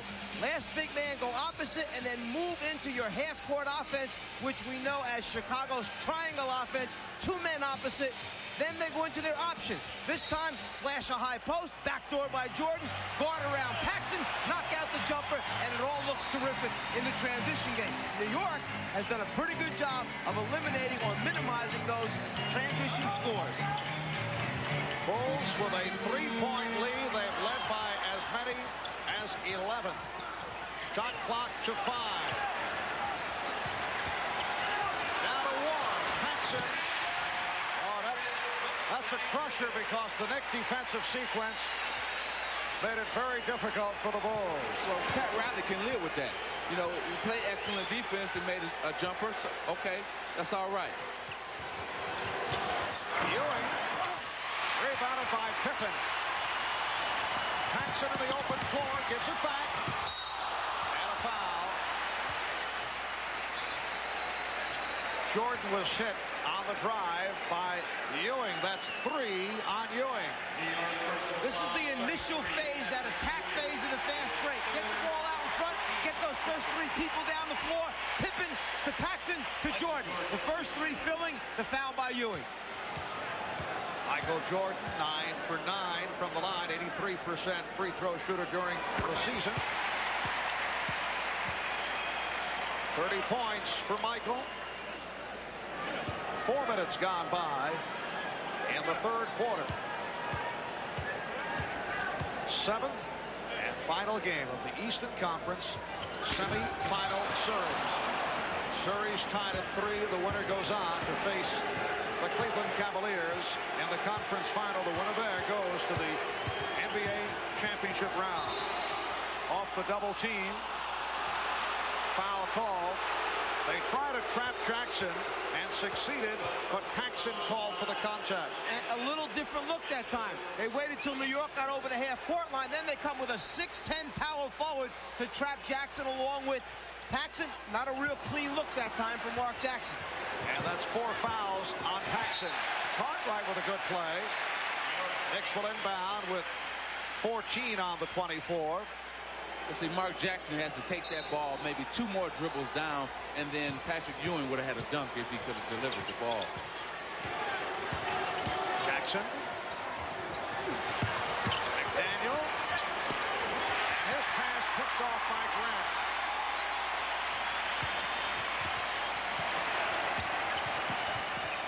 Ewing jumping Pippen.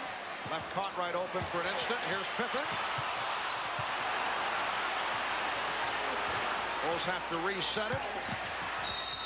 He stepped out. It will be New York ball. New York bouncing right back with another outstanding defensive sequence, producing the turnover, the baseline drive, and the foot touches the line. Great call by Jake O'Donnell. He's the best in the business, you know, but right now, it's not in the first half and first quarter we had a real fast pace, and now this pace is the New York pace. It's a slow down game. There's a lot of turnovers, and it's going to a walk now, and when it goes to a walk, it favors New York. They love this type of pace. Wilkins able to recover, and he's fouled. Grant going for the rejection, call for his second. Gerald Wilkins took a look, saw that lane open up for a second. It's almost like he said, let me hurry up and get to the rim before it closes back down. This is my chance to do what I do best, become a driving, slashing type player. Wilkins making his first appearance at the line. He's hit 2 of 6 from the field. Picked up the early fouls, went to the bench. John Starks came on and played well. Harold turning it around after the difficult time the first 3 games of the series. Well, I think what he was a guy worrying about Michael Jordan too much in the first 3 games. In the last 3 games, he was a guy just saying, okay, I know I have to play Michael Jordan, but I'm going to also make Michael play on the offensive end, and that's why his game has escalated. Actually, over the course of recent seasons, Gerald Wilkins done a decent job against Michael Jordan, and the reason is he's occupied Jordan early in games, and Jordan has had to defend against Wilkins. Here's Pippen with the screen shot, and Ewing had it knocked away. Grant with the steal. Well, Ewing lost it because he was casual with the rebound. Paxson, rare to see him off the dribble, and it's tipped home. Michael Jordan soaring for the tip. He has 32. Bulls lead 65-57. Foul called on Ewing. Offensive foul. That's his 4th. But a moment ago, this is what got the crowd going. When the shot goes up, Michael Jordan is going to come flying in and tip it and dunk it. You got to keep a body. Then when New York comes back down, Ewing tries to clear space with that arm. Offensive foul call. Right now, Pat Riley staying with Patrick Ewing. John Starks has replaced Gerald Wilkins. Anthony Mason getting set to come on, so Ewing will sit down. Here's Jordan. What a feed for Grant. But he stepped out. He came from out of bounds, and the basket does not count. Mar, before that, Michael Jordan was not begging for it, but demanding the basketball, and 2 of his guys did not give him the ball down low on John Starks, and he was upset at them and telling them about it on the way down the court. Right now, New York is going to go to its baseline screen series. Starks, the 2-man, either screens for McDaniel or for Patrick Ewing when he's in the game. Trying to post up McDaniel initially. Jordan going for the steal, deflected it out. So Patrick Ewing sitting down after picking up his 4th. Anthony Mason now up front with Charles Oakley and Xavier McDaniel. So Oakley at the center position. Here's Jackson. That was a 3-point attempt. Starks gets it back. Jackson had it knocked away, and he's fouled. If it's Paxson, it's number 5, and it is. 5 fouls committed by John Paxson, and he'll be replaced by B.J. Armstrong. Marv, this is a critical part of the game for the New York Knicks. Very critical, because Patrick Ewing is down. That's 20-something points on the bench. Now, they're going to have to find out who is going to be the guy to make up those points, who can keep us in the ball game until we can get Patrick back. Although in this series when Ewing has been sidelined. The Knicks have done exceptionally well. And a holding foul on the Bulls. That is their 4th team foul, 2nd on Pippen.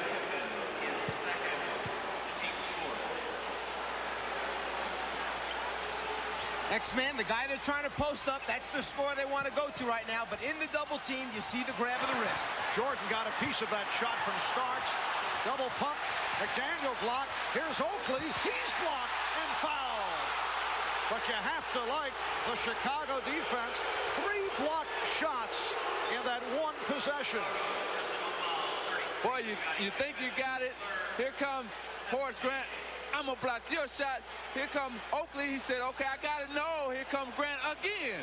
Boy, this is 7-game playoff basketball at its best right now. Good defense on both sides of the court. Foul on Pippen. His 3rd. Oakley has hit 2 of 2 from the line. Chicago with 6 blocked shots. You know, most times blocked shots take place from a defensive player away from the actual ball. It's a guy helping out, a guy rotating over. Not too many times you get a straight-up block on the guy you're guarding. And Chicago, with Grant, Pippen, and Jordan flying all over the court. I mean, when you go up to shoot it, you have to have eyes behind your head before you let it go. Exactly. It's the Bulls 65, the Knicks 59. We're just under 5 minutes remaining. 3rd quarter. Marv Albert, Mike Fratello, Magic Johnson, and Ahmad Rashad from Chicago. Backdoor pass deflected out by the Knicks. You know what, Marv? I don't like that with Cartwright going backdoor. Right now, you got Oakley on him. Hey, take Oakley. He's too small to handle Bill Cartwright. Cartwright should be more often-minded. Now they take Cartwright out. Well, now it's an even-Steven game now. So I thought maybe they should have left him in to go at Oakley. Well, Stacey King has come on for Bill Cartwright. King missed the first 2 games of the series with the flu. Sat out Thursday night with a bad throat. Here's Jordan splitting through. Jordan with the steal. And then it's stolen by Starks. McDaniel chased by Jordan. It's a clean block. Whose game is it? It's Michael Jordan's game. And that's why Magic said before he was demanding the basketball from his teammates. He knows right now he's got it. He feels it. He splits the potential trap. And then after scoring, comes right back with a terrific defensive play. Doing it all. Last touch by Starks. That was one of the most remarkable sequences that you will see. Michael Jordan doing it in every phase of the game. First the bucket, then the steal, then he lost it, and then he's able to hustle back and come up with the rejection. Knicks have missed their last 6 field goal attempts. We come up on 4 minutes to go. In the 3rd, Bulls lead 67-59. Shot clock running down. Armstrong hits from downtown. And the Knicks call for time.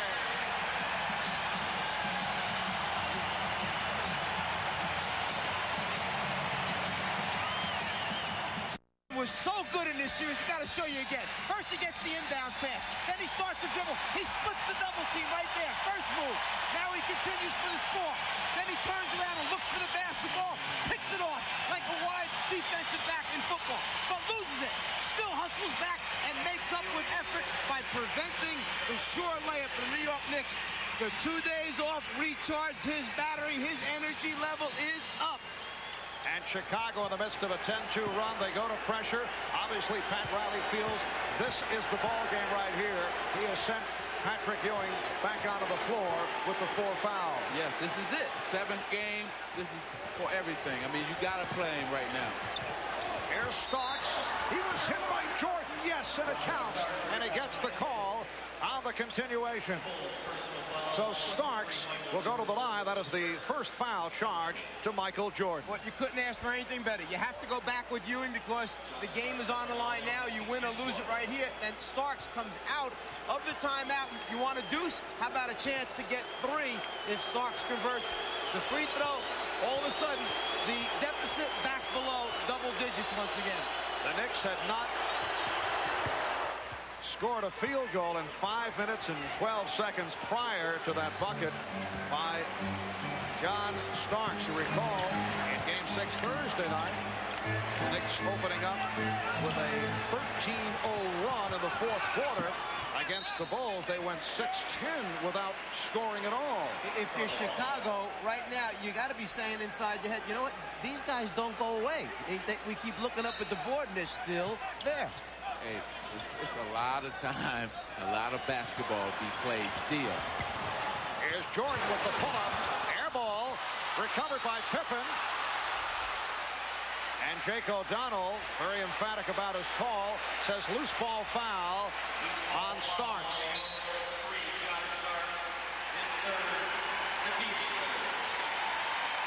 13th foul committed by the Knicks. For each Knick player, this is clearly the biggest game of their NBA career. For the Bulls, their most significant game since they faced Detroit in Game 7 2 years ago and lost to the Pistons. Pippen had it knocked away by Jackson. And as soon as Pat Riley saw that Ewing wound up on Pippen, he called for his double-team defense. He had to get the ball out of Pippen's hands, afraid that Ewing would pick up his 5th foul. Shot clock at 8. Jordan for King.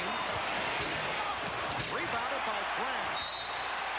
Yes, and it counts. Horace Grant has come up with a number of enormous baskets. Well, in the first 6 games, New York did not allow Chicago offensive rebounds. In this game right here, offensive rebound. Here you see Grant coming in strong, and he goes right back up with a nice finger roll move. Got fouled. Strong move by Horace Grant. Anthony Mason called on the foul. Bulls now lead 72-62, just under 3 minutes remaining. Third quarter. Ewing facing the double team. This starts. Illegal defense called for the 2nd time against Chicago, so the Knicks will go to the line and shoot a technical. Charles Oakley returns for Anthony Mason. Starks to the line. He will shoot the tee. He is 2 of 3 from the foul line. John Starks, a man who played at 4 colleges in 4 years. Back in 88-89, he appeared in 36 games for Golden State, had stints in the CBA and the USBL, emerged last year as a valuable member of the Knicks, and has really come on this season.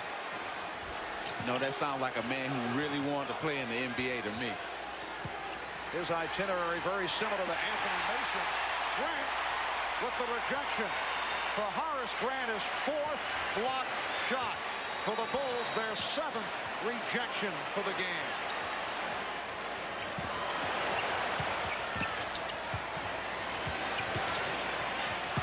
Oh, what a spin by Jordan!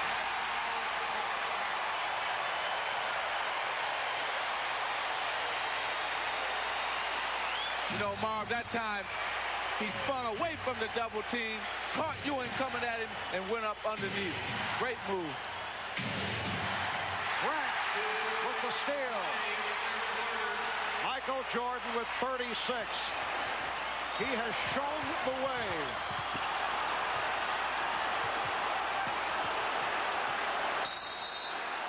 "20-second timeout called by Scottie Pippen. The Bulls lead it 74-62.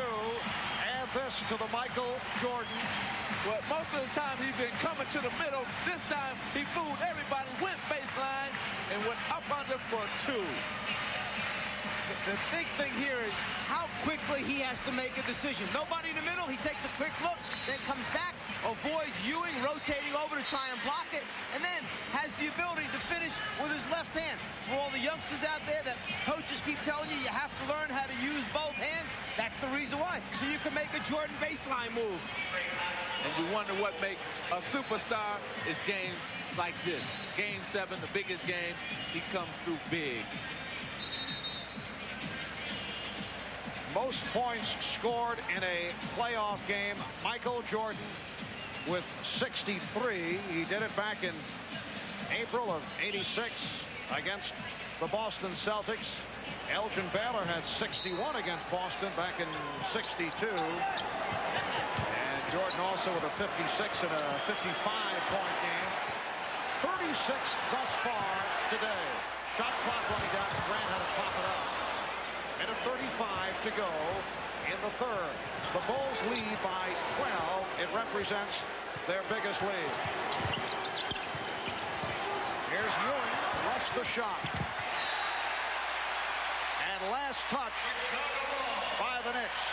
You know, Marv, I know he's got to get shots in Ewing, but the team they have out there on the floor for the Bulls, nobody on their team can guard him down low.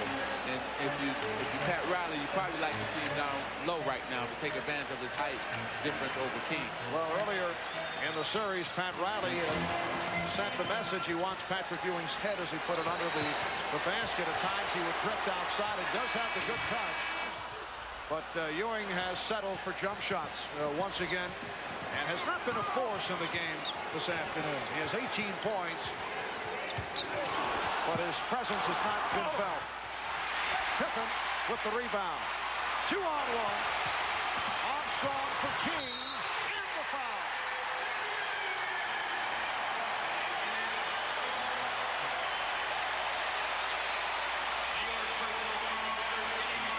Well, when they get numbers and get out on the fast break, they have the ability to see, pass, convert, and King, who has been sick, has missed practices, not able to play in the last couple of games, back today, and he's happy about it for sure.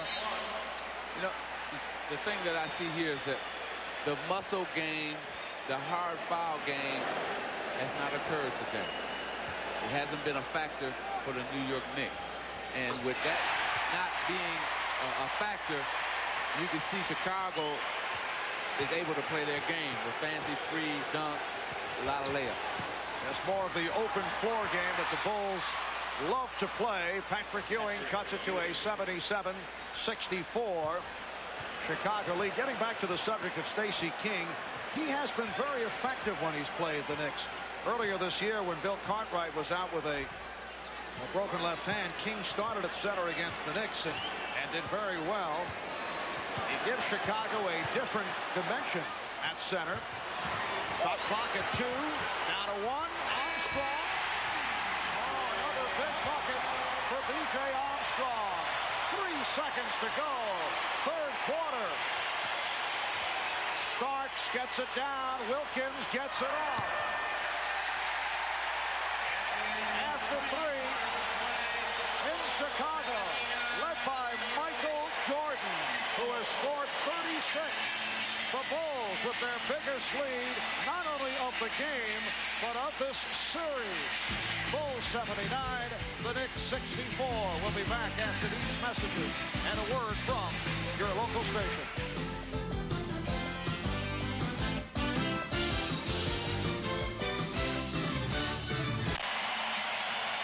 Well, earlier today, as seen on NBC, the Cleveland Cavaliers defeated the Boston Celtics 122-104, led by Brad Daugherty at 27 points, 9 rebounds.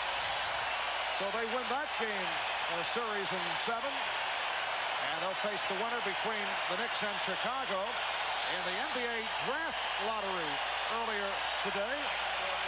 Orlando won the #1 selection, followed by Charlotte, Minnesota, and then Dallas and Denver, and so on. But Pat Williams and Orlando just delighted as they came up with the #1 selection in the lottery. It is a 15-point Chicago lead as we open up in this fourth quarter. Foul committed by John Starks, his 4th. Let's go to Ahmad.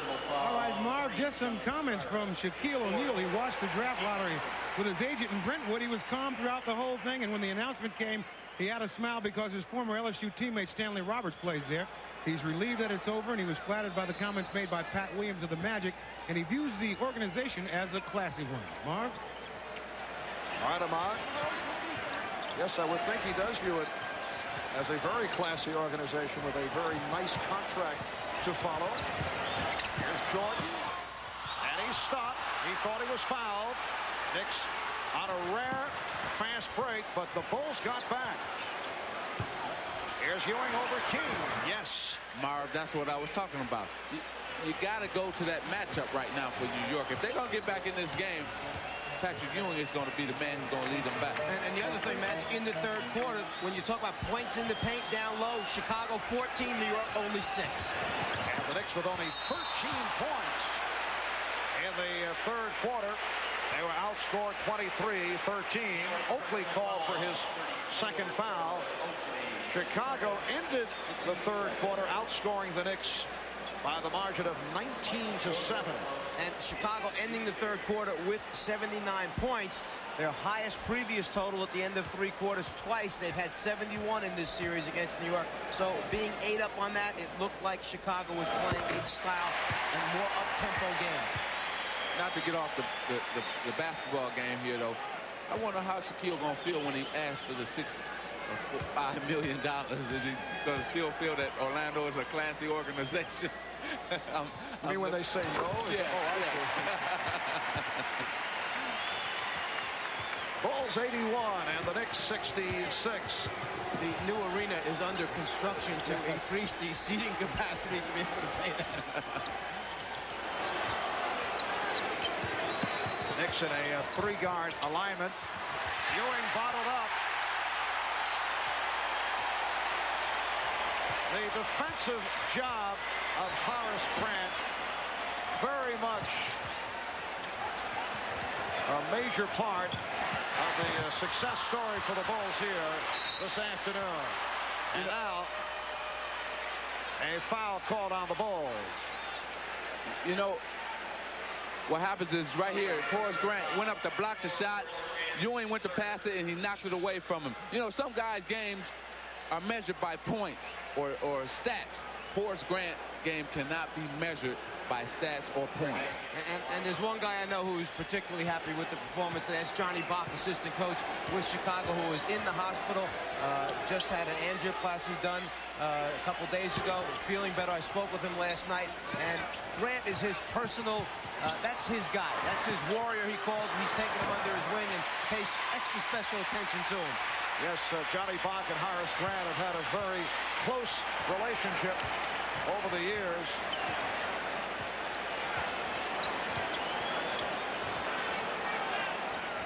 Patrick Ewing only 8 for 20 from the field, not getting quality shots in the second half. Wilkins with the box out. Starks, Wilkins, and now Anthony in the three-guard setup. McDaniel and King with the rebound. King, a good job of boxing out on the defensive board. Ewing had no chance at all of getting to it, so he just had to turn, run back down the other end.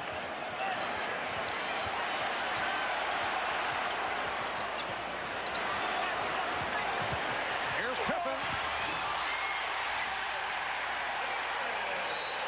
Pat Riley very upset. He felt there should have been a charge on Pippen. That was one of those no harm, no foul calls as Ewing tried to pick up the foul against Pippen, and no call was made. And I think Pat's point there is, look, we've heard about all this complaining about the hard fouls that we take. When we play good defense, don't try to hurt anybody, step in and take a charge, then call it. Genuine Draft presents Genuine Memories. Guy standing right over him. Well, today's Miller Genuine Draft Genuine Memory takes us back to Game 5 of the 1970 NBA Championship Series. Knicks captain Willis Reed went down with the injured hip. Willis missed Game 6, but heroically came back in Game 7, leading the Knicks to the championship against the Los Angeles Lakers at Madison Square Garden. Reed came out, hit those two early inspirational jump shots, played briefly, but it turned out that was enough. And in recognition of this memorable moment, Miller Genuine Draft donates $1,000 to the Thurgood Marshall Scholarship Fund. 3 minutes gone by in the fourth quarter. The Bulls lead 83-66. The pass could not be handled by Ewing. Frank Hodges has checked back in. as has Scott Williams.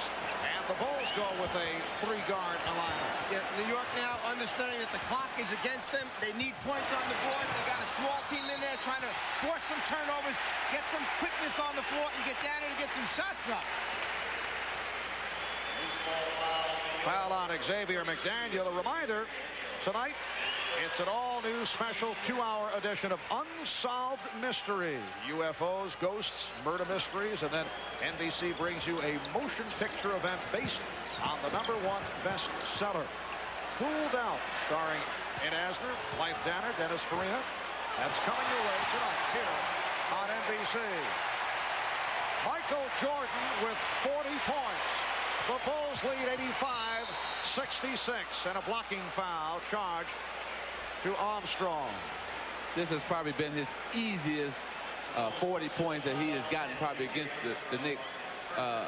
His shots have come in different ways, drive, but most of them have come in posting up, turning in the lane, and beating his man. So Michael Jordan is really on top of his game, and I thought he would be. Oh, what a shot by John Starks. Off balance, able to hit. Starks with 13. Bulls lead 85-68. Has all the talk about Starks, where he should have been ejected for the foul against Pippen in the last game, has that taken the edge off of New York's defense? Have they not delivered some of the blows that they did in the first 6 games? I think all the talk in the paper, you know, everybody now coming here to Chicago saying that it's football, it's this and that. And I think they came out maybe thinking, well, we better not get into that type of game. But see, that was the wrong attitude, because you play the game that has got you this far. And today they didn't play that type of game, because Michael has had, what, 6 or 7 layups today. This game has seen only one rough moment. Foul given by Wilkins off that spin by Jordan. We did have the double technical on McDaniel and Jordan earlier. Both teams came together, but that basically has been it. As you mentioned, there really haven't been any severe fouls that have been given up. You know, as you watch what's taking place out here today, we've heard about the beautiful flow and movement of the Chicago offense. And then last year, we used to hear about how the LA Laker offense was so stagnant. It was just Magic going down and making decisions. Well, I see Jordan down there making a lot of decisions. It looks kind of similar. Bill Cartwright extending to an 87-68 lead. 7:20 remaining in the 4th quarter. Wilkins. And the foul, a hold on Jordan, who does not like the call. Well, he felt that Ewing grabbed him instead of like the referee thought that he grabbed Ewing. Here it is right here. See, Ewing grabbed Michael in the back of the jersey and said, get out of here. You don't belong down here with the big men. And let's remember, Michael does have 1 technical on him already. The next one, he's in the locker room early. I don't think today. You think they maybe remember that, right? Oh, Armstrong and Starks want to go at each other. B.J. Armstrong pointing in the direction of John Starks. That's number 5 on Starks. Now, here's how this developed. Let's take a look. B.J. trying to take away the path under the basket, so Starks changes direction and throws B.J. down to the floor. But you know what? Everybody wants to pick on B.J. He looks like he's 12 years old out there on the floor. I asked Scottie Pippen before the game, would he attempt to deal a payback to Starks for that flagrant foul the other day. Hopkins with a 2-pointer, and the Bulls just rolling it up. Well, Pippen said he would not get involved early, but if it's a blowout, he said he might be looking for Starks. 6:48 remaining in the 4th.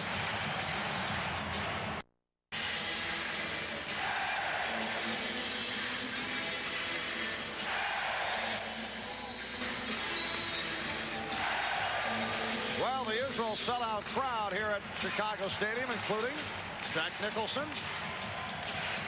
I guess he wanted to see a big ball game, making the trip from Los Angeles. No, he's here finishing up the Jimmy Hoffa story. That's what I said. I guess he had a movie locally, and he wanted to see a big ball game. I wonder if he'll give Coach Fratello a part in that new movie. as a villain. What part would you like him to give me? Is it a monster movie? Sparks not able to hit. Rebounded by Cartwright. The Knicks with only 17 points in the second half. They had 13 in the third quarter. 6:25 remaining in the fourth. The Cleveland Cavaliers waiting in the wings after beating Boston earlier today off the strip. Anthony able to get it down. Here's Wilkins. That's a two-point shot for Gerald Wilkins. It's put on the line. Michael Jordan indicating, let's settle down here. Big lead, but you never know. It's a 19-point advantage, but much time remaining. Backdoor pass for Grant. Well, this time it worked. Well, you still have to be on the attack mode. That's what Michael was saying. Let's slow it down, but we still got to attack. You know, I think the Chicago Bulls want to blow them out to just prove a point to the New York Knicks. And also perhaps to the rest of the NBA looking on and seeing that the Bulls could be vulnerable after they have been extended to 7 games by the Knicks. I think that teams feel a little better now, like Cleveland. I feel better playing against them now. But, you know, Cleveland don't have the personnel to play the same type of game as the New York, but they have better offensive players. Armstrong off the break. So the Bulls open up a 93-70 lead as we come up on 5 minutes remaining, fourth quarter. It's got to be one of the worst feelings when you know it's bad and it's getting worse and there's not a whole lot you can do about it. Foul committed by Jordan. And Mark Jackson returns, replacing Greg Anthony. Well, how many times in this series have you seen the Chicago Bulls run out this easy and not be contested on layups, and not too often? Well, the biggest game, the most important game, it just hasn't happened for the Knicks in terms of fouls and what the Knicks did to the Bulls have done to the Knicks today. Team defense, they've rebounded the ball, and they got some easy layups because of those two factors. And Michael Jordan came out asserting himself. The Bulls shooting just under 59% for the game. The crowd bidding the Knicks goodbye with 4:55 remaining in the fourth quarter. And the foul called on the Knicks. It's called on Ewing. That is his 5th.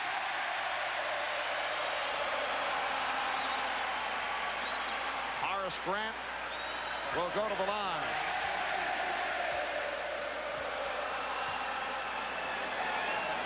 Horace Grant in his 5th season out of Clemson, usually among the leaders in shooting percentage, and has come up with a very strong performance. See the Band-Aid, that is the result of one of many Knick blows that were dealt during the course of this series. Well, at 4 different times during this 7-game series, the game has had to been stopped by the officials because one of the Bulls players, and it's been 4 different ones, have been cut, an open wound. They had to stop the game.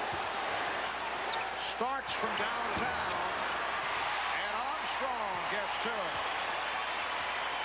4.5 remaining in this fourth quarter. Knicks shooting only 38% this afternoon. Pippen hacked by Wilkins. Well, first of all, Michael Jordan with the cotton trying to stop his bloodied nose, and then Pippen was cut across the chin, so they had to get him straightened out. And then the cut on the back of John Paxson's arm, and then Grant showing the doc that, look, I'm scratched and it's bleeding over here. I mean, Chip Schaefer could come away with the big trophy at the end of this series for the most valuable person. They will not only be happy that the New York Knicks are gone, but they will welcome a good night's sleep finally because they haven't been sleeping good because they thought this was going to be an easy series, and it's turned out to be opposite that. They may wake up once or twice or one more night just thinking they got to face him again. Well, a Knick victory over Chicago in this series would have ranked as McDaniel hits on the reverse stuff. And here's it from the crowd. Had the Knicks been able to pull off the upset, it would have ranked arguably as the biggest upset in NBA playoff history. The reason that this is a Knick club that won 51 games, but here's Pippen. But a Knick team that faltered in the final weeks. They blew the Atlantic Division by losing 5 of the last 8 games, so Boston was able to win it. They were red hot at the end. They had very few wins over the elite teams. They were dominated by the likes of Chicago and Cleveland and Boston. McDaniel was fouled. And they faced a defending champion Chicago Bulls team that had gone 67-15. They roared through the regular season. But you know what, Marv, no matter what has happened here today, they have a lot to build on the Knicks for next season. Pat Riley and his whole staff, as well as the players, can feel happy about being here in a 7th game. They've gotten New York City back in the New York Knicks once again, and so this has been great for them. This is their season right now. What they've done, Riley, the staff, the players, and upper management, they've restored law and order, and the franchise is definitely now back heading in the positive direction that they all understand. You need to have that same common goal and interest type of thing to make it work and ultimately reach the championship, and that's what it's all about. And I think that the Knicks staff, headed by New York Knicks president Dave Checketts, well aware that there are still moves that have to be made. I don't think they fooled themselves by the fact that the Knicks knocked off Detroit. They take Chicago to a 7th game. They know there is a dire need for outside shooting. Jordan. And the call is last touch by the Knicks. You know, there's one stretch this season with the Knicks chugging along on top of the Atlantic Division that if you put Pat Riley or Dave Checketts or Ernie Grunfeld of the Knicks staff, there's Jordan. Michael Jordan with 42 points. If you put them on truth serum, they would say that aside from Patrick Ewing, they would trade that night the rest of the starting team. That's how far this club has come, and that really represents. Starks hits the three-pointer. What a remarkable job was accomplished by Pat Riley. No, what's remarkable to me is that you know the effects of this truth serum and what it would do to these individuals to make a statement like that they're going to trade the other 11 guys from this team. That's what's amazing to me. Remarkable. No, I didn't say 11. I said the other starters. Oh, starters. You know, when you have the magic elixir, you can do anything. Well, talent-wise, you know, they didn't win these 3 games against the Bulls on talent. They won it on hustle, heart, and hard play. That's how they won the 3 games. And so what the Knicks saying, hey, we need some more skilled players, a shooter, maybe a guy that can go one-on-one. And if they get those guys, everybody in the East better watch out. And this crowd providing a standing ovation for the Chicago. Fast here in Chicago, doesn't it? Benny the Bull right on the scene. Well, Chicago will move on to face Cleveland for the Eastern Conference Final. And over the regular season, the Bulls did take 3 out of 5. However, that last meeting, April 14th, at Cleveland Cavaliers won by 15, but Michael Jordan was sidelined by injury. And if you want to talk about that last game and the other games, Michael Jordan is averaging over 40 points against the Cleveland Cavaliers during the regular season. And so if you say 115 to 100 and add 40 points, that's 140. So it would have been 5-0. So that's Cleveland's main problem is Michael Jordan. Here's Grant.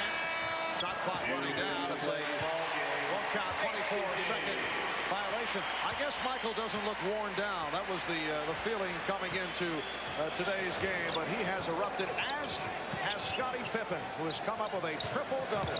17 points, 11 rebounds, and 10 assists. Armstrong. B.J. Armstrong has been a major factor. Michael Jordan sitting it out the rest of the way, finishes with 42 points on 15 of 29 from the floor. So the Bulls blowing out the Knicks to win game number 7. We're down to 1:28 remaining in the fourth quarter. A reminder tonight, right here on NBC, it's All Real Mystery Night. First, a special new 2-hour edition of Unsolved Mysteries, and then a world premiere event ruled out based on the true story of a shocking family murder. The book, the current #1 bestseller. That's tonight, right here on NBC. Crowd applauding the efforts of Horace Grant. 14 points, 6 rebounds, 4 block shots. My question right now is, Jordan's out, Grant's out.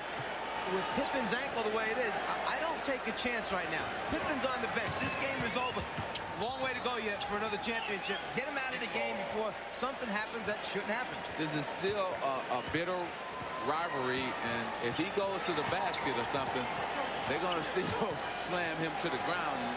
I'm with you on that one, because you remember, you got one day in between the game. Tuesday comes in 2 days, so get him on the bench, and the game is over, and you had a good night. And I don't know if he's trying to save him for an ovation or what, but he should be on the bench right now. And it is another standing ovation for the Chicago Bulls. 33 seconds remaining. Start. Call for the foul.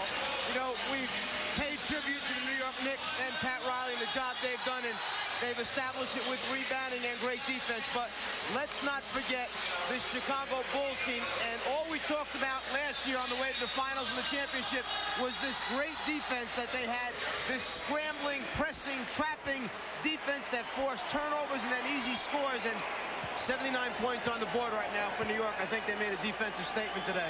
Well, what they found out in this series is that winning back-to-back is not going to be easy for them. This is a 7-game series. The next series might be 7, and whoever they play in the finals is going to give them all they want to if they get that far. So what all this is going to make them is a stronger team, I believe, in the next round against Cleveland. So, yes, our hats go off to the Chicago Bulls on a game what they needed. Their stars, Pippen and Jordan, came through. But I think the unsung hero here was Grant. He did all the little things, all the nasty things that go unwritten about. Bernard Winchester hitting that jump shot for the Knicks to make it 106-81, and the Bulls just running it down as they hear it from the crowd. A three-pointer to conclude matters.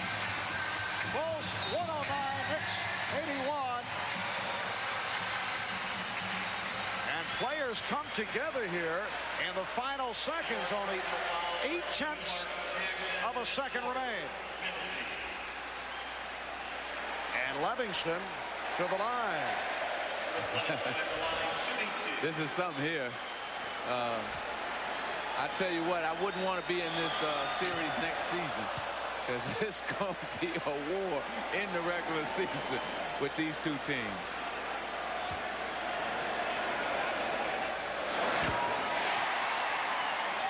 You know, I wonder if Oakley and Jordan going to be as close as friends in the summertime after this series. Well, the two teams do shake hands as they head back to their respective locker rooms. The Chicago Bulls have defeated the New York Knicks 110-81 to take this grueling series in 7. The Bulls move on to face the Cavaliers. The series beginning here in Chicago on Tuesday. We'll be right back. Bulls over the Knicks in Game 7, 110-81. Michael Jordan leading the way with 42. Let's go to Ahmad with Michael. All right, Michael, a lot of people had talked about coming in this game that you were tired. You got wore down in the fourth quarter. Obviously, that wasn't the case today. Well, I think the day off really helped us mentally. You know, we've been thinking basketball every day, and then Phil gave us a day off, and everybody got away from basketball and got ourselves back together mentally, and, you know, it really helped. You saw it today. I think mentally you guys got a shot in the arm because coming into the series, you maybe thought you were going to get by New York pretty easy, and they pretty much woke you up. You got to give this New York team credit, man. They pushed us to the limits. They really played extremely well. All right, congratulations on the next round. Thanks. All right. And next for Michael Jordan and the Chicago Bulls, the Cleveland Cavaliers, game one of that best of 7, beginning here in Chicago on Tuesday. We'll be right